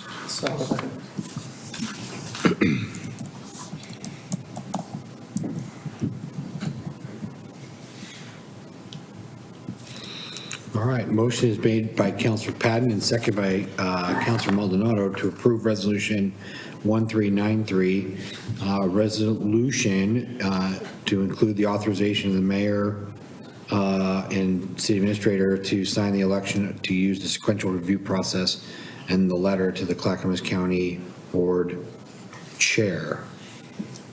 Any further discussion or comment? All those in favor? Aye. Anyone opposed? That passes again. Thank you. 5-0. Thank you, sir. Nice heady topic for the evening. Next up on the agenda is some new business, and that is the appointment of a new city councilor. So we just completed those interviews here this evening in our work session. So I guess now becomes the fun part of the conversation about it. Again, years past, it's usually been kind of a conversation about kind of what each counselor is kind of viewing and feelings are on the potential candidates. For those of you viewing at home, I get to facilitate. I don't necessarily get much of a say or a vote on this because the mayor does not have that luxury. So I will open it up for conversation. Council President Hensley, did you want to Well, thank you, Mr. start Mayor. with comments or thoughts? Well, first I want to thank everybody for participating, just taking the time, effort, and gumption to apply is to be applauded. I have interviewed some of these folks in the past, so it was kind of nice to see some faces that were familiar again. But at the end of the day, I have a few things that were just really resonated with me. And like you said earlier, before we started this meeting, in the past, we've kind of distilled it down to our top two. So that's what I'll do, start it off. But the things that resonated with me is one particular candidate as a business owner, actually there's a couple of business owners, but I see that this person is very much involved and is the eyes in downtown. And to have a business owner's perspective is really kind of advantageous to us. Because in the past, as some people in the room can attest, we've done things for the city, we've done things for the businesses, but the businesses have felt like we've done it to them instead of for them. So it's kind of nice to have that perspective. And so, and another one, so that would be Stephanie Boyce is on my list of my top two. And then my other choice, and I can't say if one's one and one's two, they're just kind of even in my book for the positions of two people in my book. But Daniel Stearns, another business owner in town, he has been involved, he's been on our budget committee in the past. very knowledgeable in that arena, but his passion for volunteerism and his involvement with bridging cultures, the fact that he's fluent in Spanish, I think also very advantageous to us. So just briefly, those are my reasonings, but I can go into more if someone asks, but my two are Daniel and Stephanie. Okay. I would have to agree with that. I'm echoing off of yours. Everything you said was right in line with what I had as well, excluding her, but however, you didn't include the fact that the citizen input was most important to them, and we are representing Canby, and above all else, we have to understand that we have to hear them first. So that, for me, definitely put both of them at the top of my list. Councilor Patton or Councilor Bangs or Councilor James? Sure, I'll go next. So I would like to thank all of those who came and interviewed and went through this process. As someone who has been through it more than probably anybody who has ever been through this process before, I feel your pain and I know your frustration that you feel now and you will feel after this process. I can attest to you that a mouse died a horrible rage-filled death 3 interviews ago because of how this all works. So I applaud you for stepping up. I would also like to say that just because you aren't chosen for this doesn't mean that there are other ways to get involved in shaping the future of this city. There are many boards and commissions that are out there that need people, and that is a way to cut your chops to then, I've always expressed that is a way to sort of cut your chops and get into the know of what's going on here at the city to move up to something like this on city council. So that being said, and this is something this was one of the primary stipulations that was held over me several times when I interviewed in the past, is whether you ran in a previous election or not. And if I was held to that standard, then I feel, and if that was an important standard for this council, then I feel that that should be one of the driving standards for this consideration. So for me, my top pick would be Mr. Llewellyn, not only because he ran in the election, but also because he has a tremendous amount of background in the development process and was actually part of the process that we are going through right now, back when the city was going through it 30 years ago or more. So I think he provides a depth and breadth of knowledge that this council could use at this point in time. And then really, Stephanie, Megan, and Daniel sort of fall underneath those folks from there. So for me, there's really only one choice, and that is Mr. Llewellyn. Mr. Mayor, if I may? If we're going to use a previous election as a measurement, we should note that Stephanie Boyce also ran for an election, and she came in barely a fourth in the 3, so she barely missed being elected herself. So if that's going to be a measurement, we should note that fact. Okay, thank you. Any input, gentlemen? I think Mr. Llewellyn is the strongest applicant, both on paper and his experience in the Planning Commission. I think he had the most endorsements here. I respect those endorsements. And I agree with Councilor Patton that he's the strongest applicant. I don't think it's particularly close. I agree with former Councilor Varwig. I don't believe I'm going to get along, I'll get along with perfectly. I don't believe I'm going to agree with Craig on everything, but that's okay. I think it'd be a solid addition to our council. All right. Thank you, sir. Mr. Davis? Thank all the applicants. Really, I appreciate you coming in and signing up for this position. We've got some really good applicants.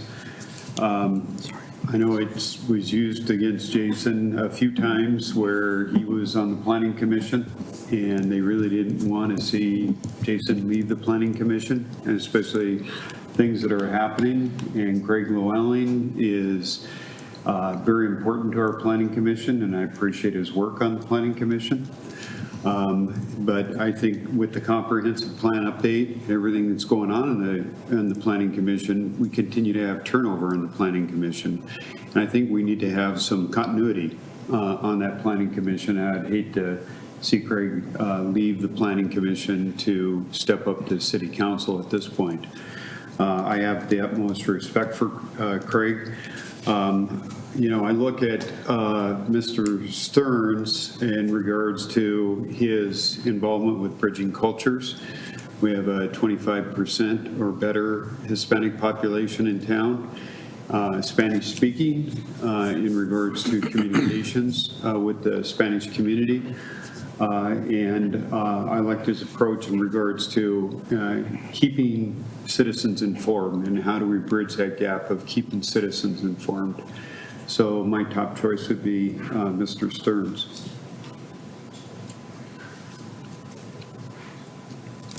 Okay. Appreciate all your input. I don't have a dog in this fight because it's all y'all's decision. Those of you that applied, thank you. I appreciate it. You know, back to reiterate Councilor Patton's comments, it's nerve-wracking to come up and throw in an application and interview for this process. I think, let's see, appointed. It's an interesting process to be on that end, but on this end, when you have you really do, I think I was impressed with all the candidates for the interview. I like Ms. Fraction's view on Canby and her insights. I appreciate Stephanie and Daniel's piece on our community and just that downtown perspective and long time living and being engaged in the community. And then, you know, Mr. Llewellyn, we've had a lot of conversations about growth in the city and what was and what will be. And so I think we would be very fortunate to have any of you up here. So I do appreciate all of that. Yeah, I can't, I really do like all of the people that interviewed. I would have to tend with a couple of other candidates on Mr. Llewellyn. I think that I get that he's on the Planning Commission and whatnot, but I think that that's grounded him enough to know where we're headed and what's going on, and plus his history. So that's, again, I don't have a vote. That's just my 2 cents on that. So, Councilor Patton, you have a question? No, I would just say that if folks cannot get behind Mr. Llewellyn, my second choice would be Daniel as well. Okay. It looks like we're down to a three-way tie-ish, so maybe we just distill it down to that and vote on those three. So looks like it, yeah. So in no particular order, Boyce, Stearns, and Llewellyn, kind of where we're at. So what say you all? Hash it out? Mr. Mayor, Convince each other? I move that we appoint Daniel Stearns as the next city councilor. Second.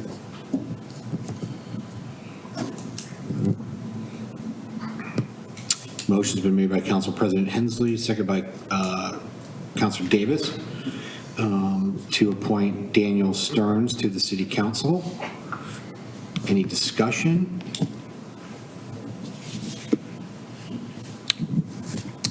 Yes, sir. I'm just realizing that my microphone's been on for a while, so I apologize for any feedback for other people listening at home. Oops. I think that this should be Mr. Llewellyn because he's on the Planning Commission. On the other hand, I also thought that Mr. Stern interviewed well, and I'll go along with that. Okay. So any other comments? So all those in favor of Daniel Stearns to be appointed to the City Council effective the next City Council meeting? Aye. Aye. Anyone opposed? So passes. Congratulations, Daniel. Daniel, congratulations. I will say careful what you wish for. And I mean that seriously. No, it's, as you saw tonight with, Don's presentation about what's coming, That is a microcosm of what's to come in terms of the level of the detail that we are going to be involved in and engaged in as we move forward. Our city, as you heard, it's been 50 years since we've addressed our comp plan. That's a travesty in how much we've grown as a city and how much we're going to continue to grow. And so there is a lot of work to be done. And to Councilor Patton's comment, please be involved in this process. We have meetings going on for our transportation plan that are going to be coming up, meetings for our comprehensive plan that will be coming up. So please get engaged, get involved in those conversations, because 50 years from now, I won't be here. So I'm hoping to, no, I'm positive. Yeah, no, I'm not even coming at it. Maybe might be able to make it for the next 20 years if we hit it. I'll be here slapping people around about the comprehensive plan before In 15 years? Okay, good deal.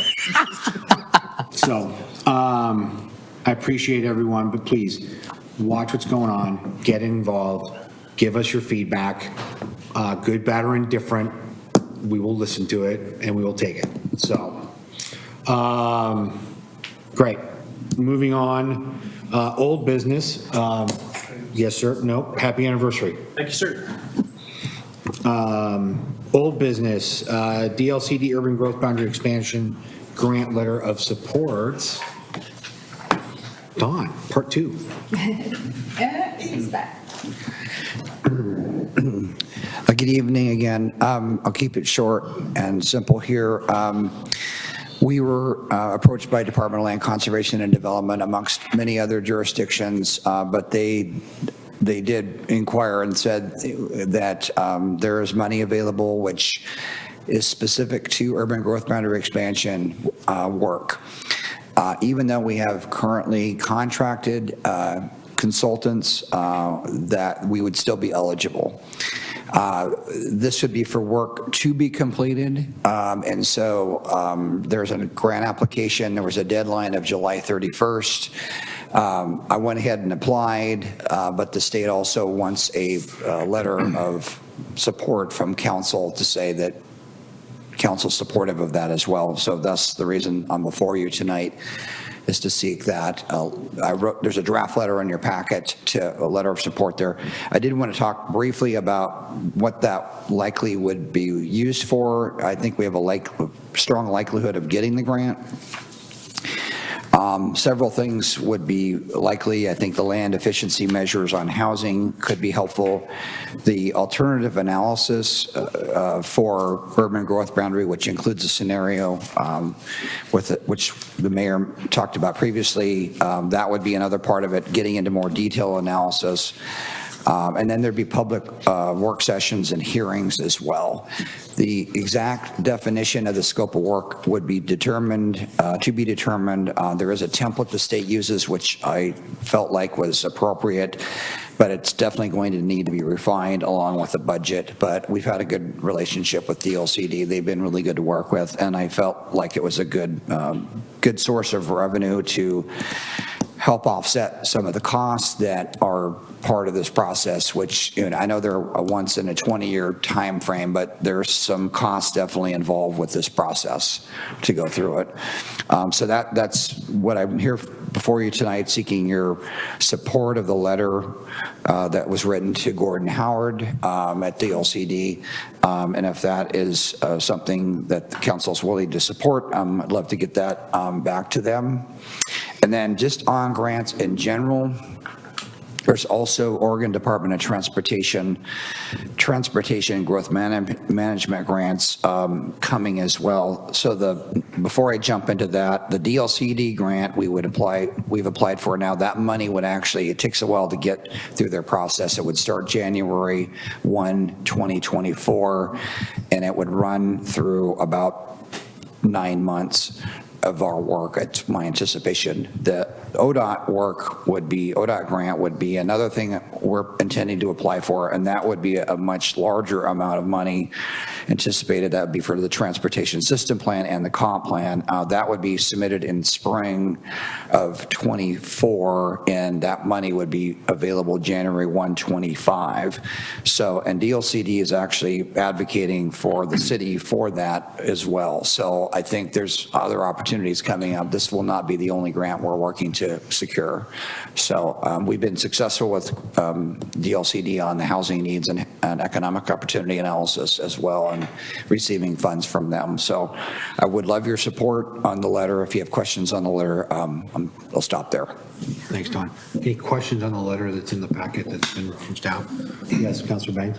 The only thing I would add on the letter is in the last paragraph, and it says, please accept this letter as official city support. I might consider, if we can all give a thumbs up on this evening, saying something like, please accept this letter, which was endorsed by the city council on this day.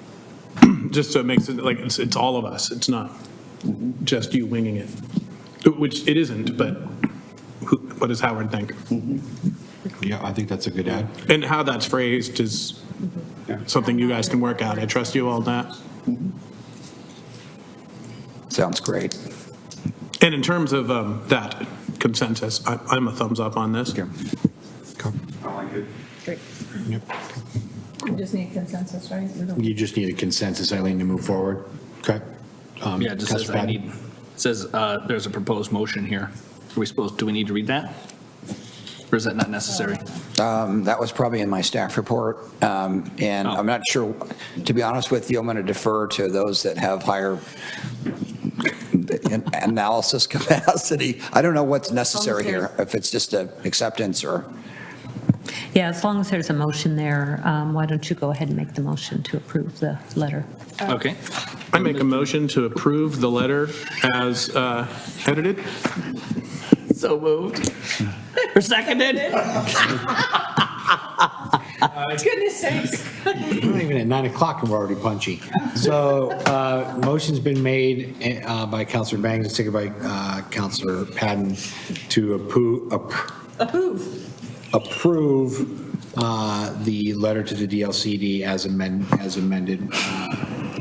All those in favor? Aye. Anyone opposed? Okay. Thank you. Yeah, thanks, Don. Thanks, Don. Next piece under old business is an update regarding the city administrator and city attorney recruitment. Is there an update? Miss Eileen, or sorry, we will take a minute if you wanted to. I believe Kevin Aguilar is here to present this item to you, and council, I'm going to step out of the room for a while. Okay. Thank you, Eileen. Just as a heads up, or just a piece of etiquette and order, Eileen is stepping out because Eileen intends to apply for the open position, so that's why she is stepping out of council chambers for the time being. So, Kevin, hello, sir. Greetings, Mayor and Council.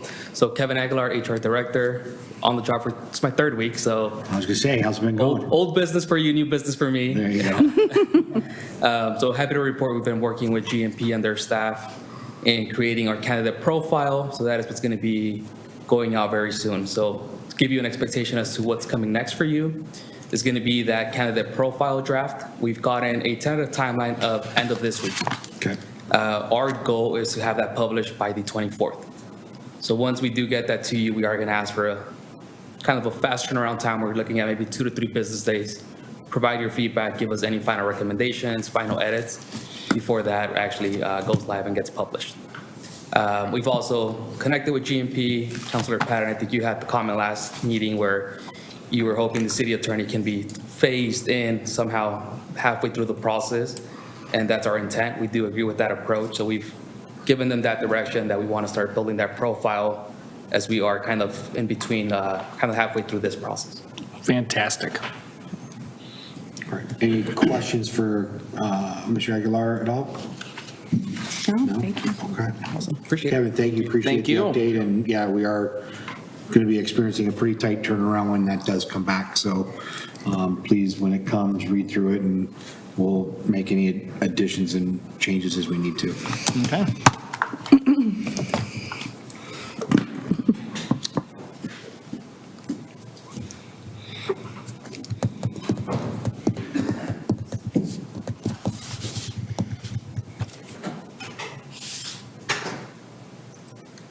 It's on the wrong side of this paper. Pausing for a moment for Ms. Stein to rejoin us. I think she was anticipating that to be a longer update. Just under a text. Okay. Well, she's heard you pontificate before. Yeah, Yours. I can absolutely fill time, not a problem. So I will address mayor's business while we're waiting on that. Just to give everyone an update on Canby Area Transit. So their retail kind of shuttle or circular that they would have been running, the CAP board has decided to discontinue that. So that will no longer be running. But all other services are continuing as planned, as well as, again, looking towards more everyday routes in and around Canby. I attended the Oregon Mayors Association conference this last week. There was a lot, we did a couple of really interesting topics of conversation. Was one, we had a breakdown of all the legal rulings coming out of the Ninth Circuit Court in California, that, so certain laws that have passed or court hearings that may have changed, may have impact on us as cities. And one of those was regarding the City of Boise, now the Grants Pass case regarding the camping ordinance that we've been working through and whatnot. So I would definitely say that there's definitely some pieces that have come out of those conversations and those rulings. So that might be something we may need to take a look at again sooner than later about that. So just adjustments if we need to do that. So that was one piece. There was an interesting conversation on increasing city revenues. As many of you know, so they had the mayor of Ashland, Salem, and might have been a coastal city, but there was talk of revenue pieces for cities, and one of the topics that came up, so the city of Ashland, as many of you know, because of the Shakespeare Festival, they have really increased their transit tax on hotels and whatnot. They're already at double digits, but they're going to be increasing those. And then there's a discussion, they had passed several years ago a food and beverage tax, so on restaurants. And so if anything's prepared, there was a 5% tax that was added to food and beverage bills out. And then the most interesting one is the city of Salem has passed an income tax on any and all individuals that work in the city of Salem. So it was like a 0.08% income tax on all of the those that work in Salem. And Eileen and I were talking about that the other day, and it sounds like it's been put as a referral, referred to the voters. So not all cities are popular with their revenue choices. C4 did not meet here for the month of July or the beginning of this month for August. We will be convening here at the beginning of September.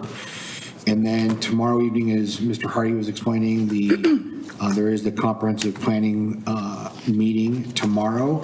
It's at 6 p.m. right here in City Hall. So if you want to come watch and be entertained, definitely sign up and come. Councilor Patton, I will not be able to make that meeting tomorrow evening, so please take copious notes. You bet. Thanks.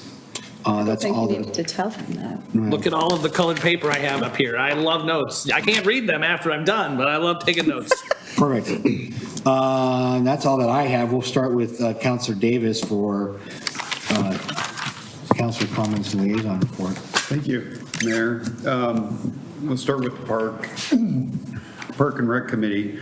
I can't say enough about the Park and Rec Committee. They're doing an outstanding job, and I appreciate all the work that the Park and Rec Committee is doing. We had a great meeting last night. Thank you again to Lisa Potter for putting out the minutes so quickly. We did have a lot of people show up from the Auburn Farms development. As you recall, we're in the process of designing what that community park will look like, and they had some renderings. They also outreached surveyed 570 people in the area.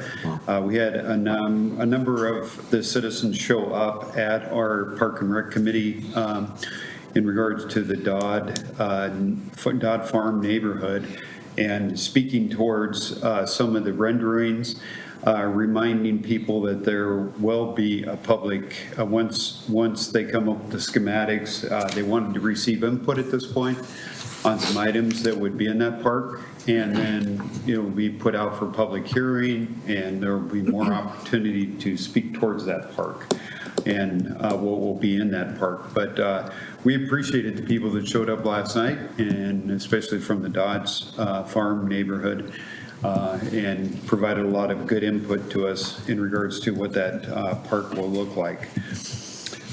Maple Street Park, we continue to have that discussion in regards to Maple Street Park. We were in hopes that we would get the construction started on those ball fields, the returfing, as well as the lights.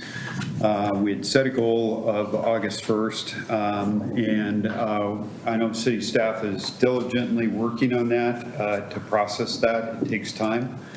But we feel that, and I know I've had discussions with the city administrator as far as where we're at with Maple Street Park.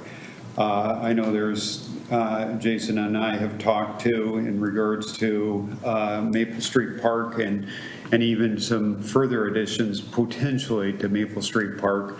But I think at this point, if at all possible, that we can move what the Park and Rec Committee's already approved, so we don't slow down that process, because we've already told the citizens that live around through public hearing and door hangers what we'd be doing at that park. So I know the city administrator is working hard to get that moving along as quickly as possible, so that we can at least try to meet the deadlines before the bad weather sets in to get that work done. So I appreciate Eileen moving forward with that project, so thank you very much.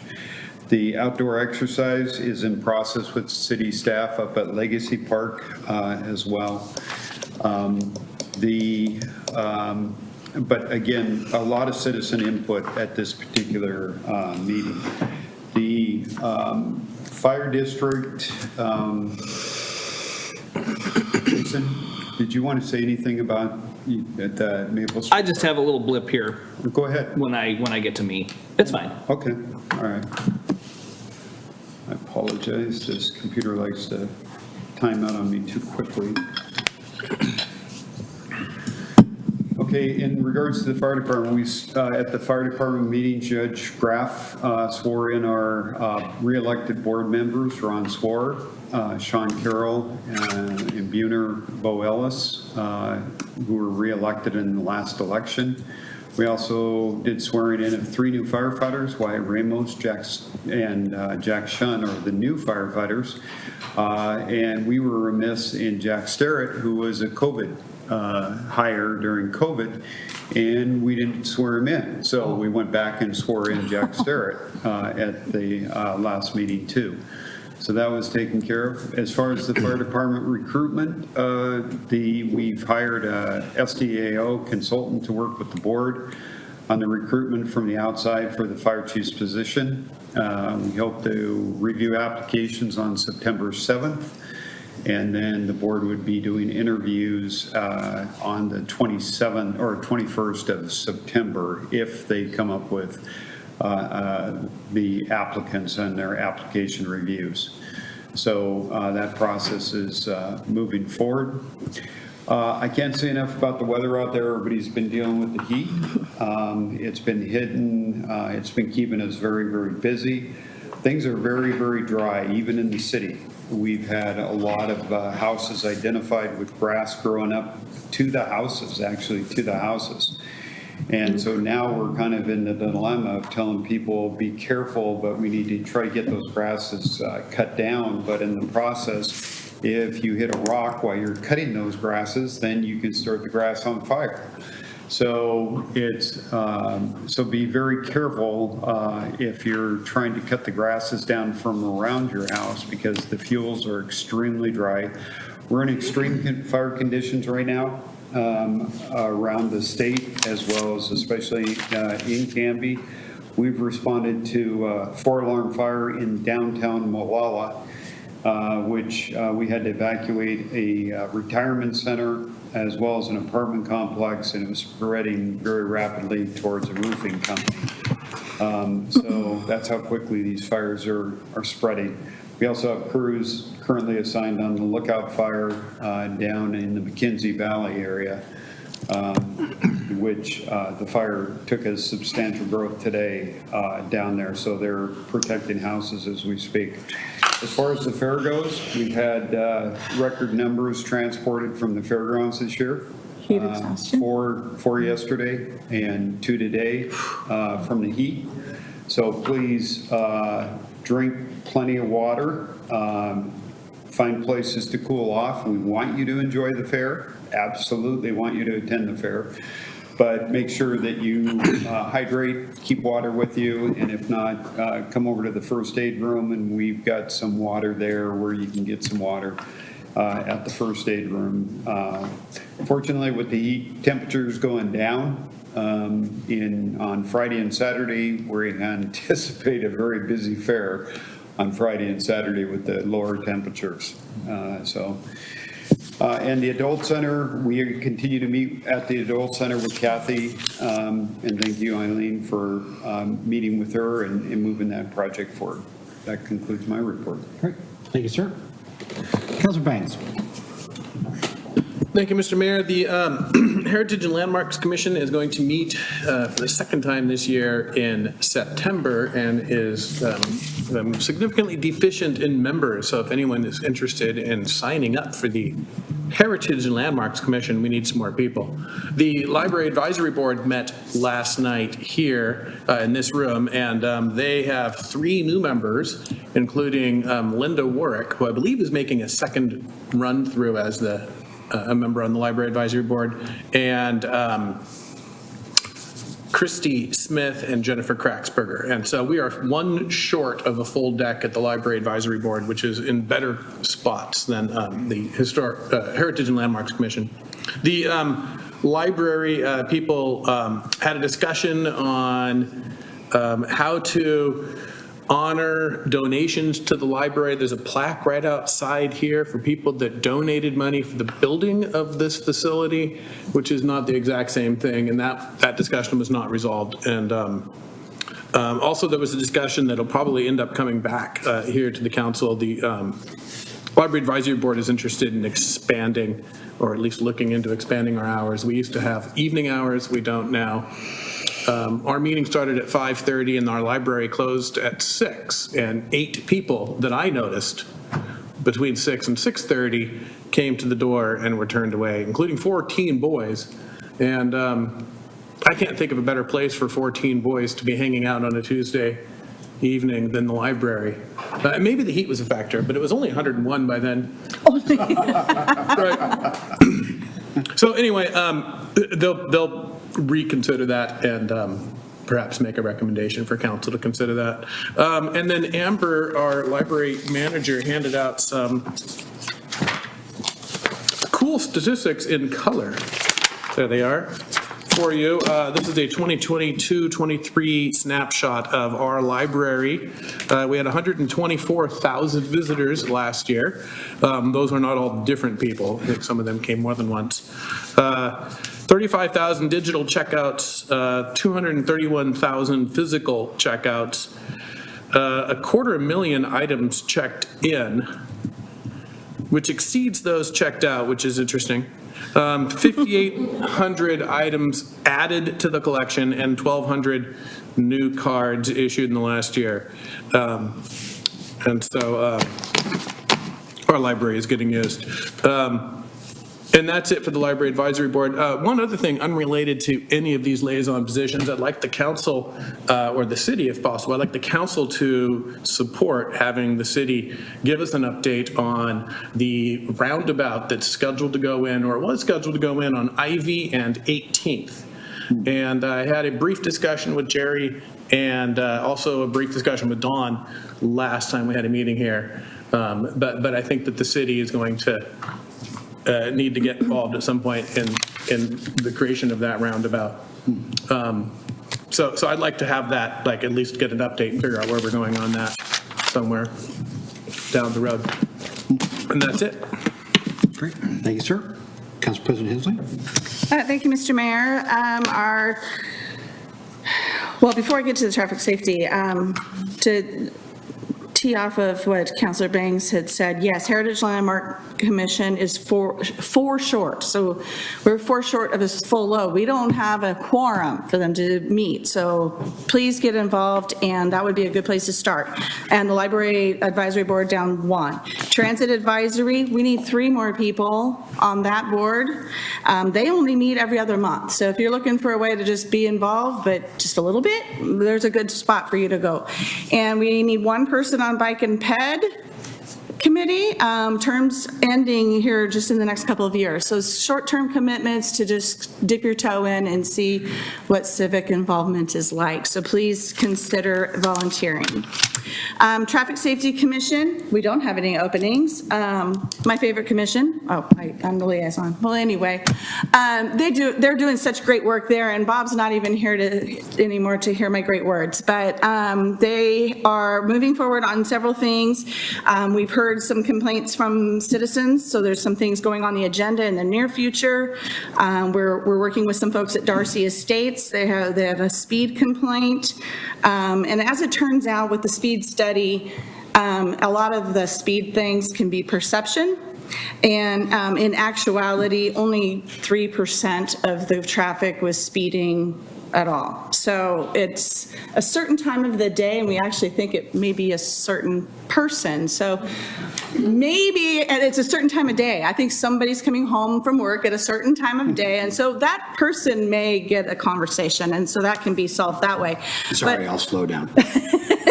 But in other news, yes, there's the letters that were mentioned, and I'm sorry that I have not sent them to you, my colleagues, as I said I would, because I didn't have a digital version, but Bob's sending that to me. So as soon as I have that, I'll give you the copies.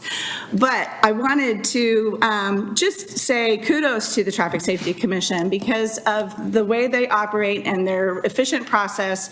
We were given kudos and thanks from the Public Works Department because it was done so well. They come to deliberate, they come to a conclusion, they have a recommendation, they write a letter to the city administrator who then delegates to the appropriate department head to take care of the tasks. And everybody knows, nobody has any question about what's to be done or who's in charge. So the process was just smooth. So they were very appreciative of that process. So I just wanted to say, go Traffic Safety Commission, keep doing what you're doing. You're doing great work and efficiently. On the agenda for next month, we're still talking about we're having discussions about 4-way stops on North Elm, what that could maybe look like with the problems there at 2nd and 3rd with seeing around, Canby Rental and whatnot. And there's still discussion over on the south side of 2nd and 3rd as well on those skinny streets. So if you live in those neighborhoods, those items are still being talked about, so don't think that they have been forgotten. I think that concludes, unless Jerry wants to speak to 99E. Apparently the storm is being worked on, but we're not real hopeful on the paving for this year. They're on schedule, but it's not looking good. It ain't looking good, so stay tuned, folks. It could be a bumpy ride, literally. Next. Councilor Patton. Okay, so rest assured, I only have one side of the page. First, Jamie, I just wanted to apologize. First, I just wanted to apologize, Jamie, for my frustration directed towards you over the whole old library thing. It's not directed at you, it's directed through you. So I'm sure you know that, but I just wanted to make that known. Canby Utility met, and they are still looking forward to receiving the water, the completed water master plan, which was supposed to be submitted to them back in April, I think, and it's still in the works. So regardless of what that plan says, it's going to say that we need a new water treatment plant in the next 10 years. So gear up for that one. Hang on, sorry. Yes. Is it still slated for a presentation at Canby utility in September? That's a good question. We're going to have to figure out. I think, I will look into that. Thank you. But we are looking, I think what it is most of the information is in, it's just the finalization of it, and like the stamping it, that it's all pretty and fancy is not in yet. So there's that. And then the board actually received a really good training from the Barry Elsner folks about how they need to comport themselves during meetings and how executive sessions are supposed to work in that. And so it might be something good that we do for ourselves here and have them come in and do some of those talks annually, just to bring that up. So we have an outside group keeping us in check. As far as some other things that I have here, one that popped into my head that was mentioned during the budget meetings a few months ago was the fact, and this is actually something the mayor brought up, that the amount of street maintenance money that's being brought in has gone down over the years, but the number of people building homes and moving into the city has gone up, and that math does not make sense, and I'm dyslexic. So if we could kind of put that on the list of things to look at and figure out what those metrics are doing and where that money is or what the error is, I would greatly appreciate that. I had a nice chat with the chair of the Parks Advisory Board about some thoughts and ideas that I had, and we spent some time, and it was a great chat, and I really appreciate the work they're doing over there, and I made it clear to them and to Councilor Davis that I will be a happy supporter of the work that they're doing over there. What is this? Oh, I went to the fair and I like some of the changes that they've made to the layout of the fair. They put the craft stuff in the main floor of the building, so it's not upstairs, so it's easier to access, which was great. And they just had some general layout things, which I thought made a whole lot of sense this year, so I appreciated that. I attended the chamber luncheon that was held over at the fairgrounds, and we got some updates on what's going on with the fairgrounds and the rodeo and such, so that was very good. I wanted to thank publicly Eileen and Jerry and the folks at Public Works for getting some mulch for me over on 99E. I felt that the area along 99E where you come into the fairgrounds was looking a little shabby, and so I spent some time over there laying a truckload of mulch to dress that up a bit. And I also wanted to thank Greg Parker, who actually spent a morning out there with me helping to spread the mulch. So that was a lot of fun.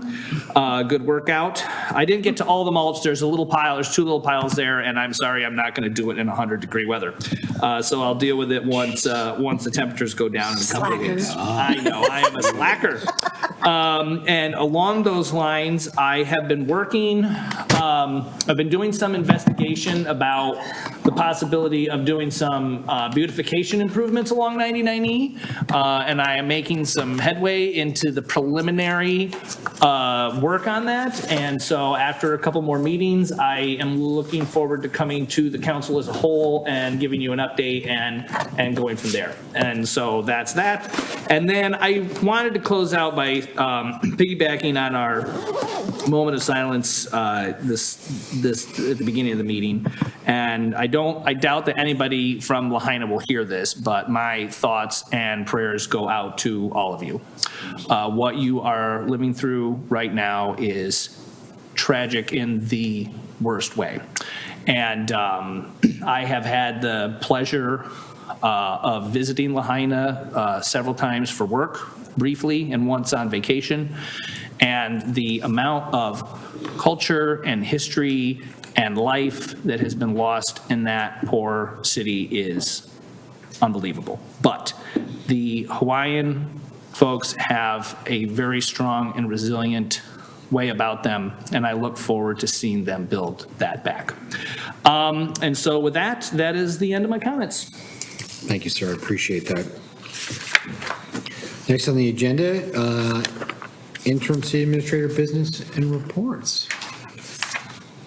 Ms. Stein. I have a couple of items to report on. So staff is in the process of assigning dollar amounts to the ARPA projects per the conversation that the workshop that we've had already, the couple workshops. In that process, we are going to have an overall CIP meeting. I think I mentioned this earlier today in the email. I'm not convinced that all of the city's capital projects are funded. I think it's possible that we've been counting the same dollars 2 or 3 times. And so I'm working with Eric right now. We're meeting tomorrow, actually, and Jerry and Dawn and a couple of others, and Eric, obviously, just to make sure that we are counting dollars once. So I'm concerned about our CIP. So I just wanted you to know that. With that, we will be okay in allocating the ARPA dollars. It's just what assumptions are made about, particularly SDCs. That's what I'm most worried about, that we've been counting those 2 or 3 times. Also, Chief Tro has begun writing an RFP for the Emergency Operations Plan update. So he's nearly finished with that effort. He found one that closely resembles what we need to be done here. And so it's really just a matter of changing out the other cities, and putting in the City of Canby in that and looking at the scope of work. So I tried to ask Dawn if we could perhaps just use the consultant that other city used, and he said no. So anyway, plan B is we will take their RFP and scratch out that city's name and put in City of Canby, and it'll be done. So we will get that out the door quickly. And then I just wanted to comment on the comment that Councillor Patton had about the water master plan. I would like to have a workshop on that at some point in time when that plan is ready and bring that to the council's attention. That's a big issue for Canby. Yeah, that's going to be a multi-agency conversation, I think. So I agree with that. Thanks, Eileen. That's all. Okay, thank you. Second opportunity for citizen input, if anybody wants to address the council and opine on anything. Going once, twice? All right. Miss Maya, action review. You have approved the consent agenda as amended, adopted ordinance number 1607 and 1608, approved ordinance 1609 to a second reading on September 6, 2023, approved resolution 1393, including the letter to Clackamas County Chair, appointed Daniel Stearns as city councilor, and approved the DLCD UGB expansion grant letter of support as amended. Great, thank you. Our work is not done this evening. We have an executive session following our meeting, so I will take a motion to go into executive session. Mr. Mayor, I move that we go into executive session pursuant to ORS 192.660, parent 2, parent E, allowing the agency to meet in executive session to discuss, it's not on here. Real property. Real property, thank you. That was a motion. Seconded. Thank you. It's been moved by Council President Hensley, second by Councilor Patton to move into executive session under ORS 192.660, parent 2, parent E. And all those in favor? Aye. Wait, what? I have a question. Okay. Is it permissible for us to invite Mr. Stearns to sit in the executive session? He's not sworn in. No, he's not sworn in yet. Okay. So, good question though. All those in favor? Aye. Anyone opposed? All right, we are now going into exec session. Only representatives of the news media and designated staff shall be allowed to attend the executive session. Representatives of the news media are specifically directed not to report on any of the deliberations during the executive session, except to state the general subject of the session as previously announced. No decision may be made in executive session. At the end of the session, there will be no further business. All right, Canby, good night. We're going to wait just a moment until Jason gets back.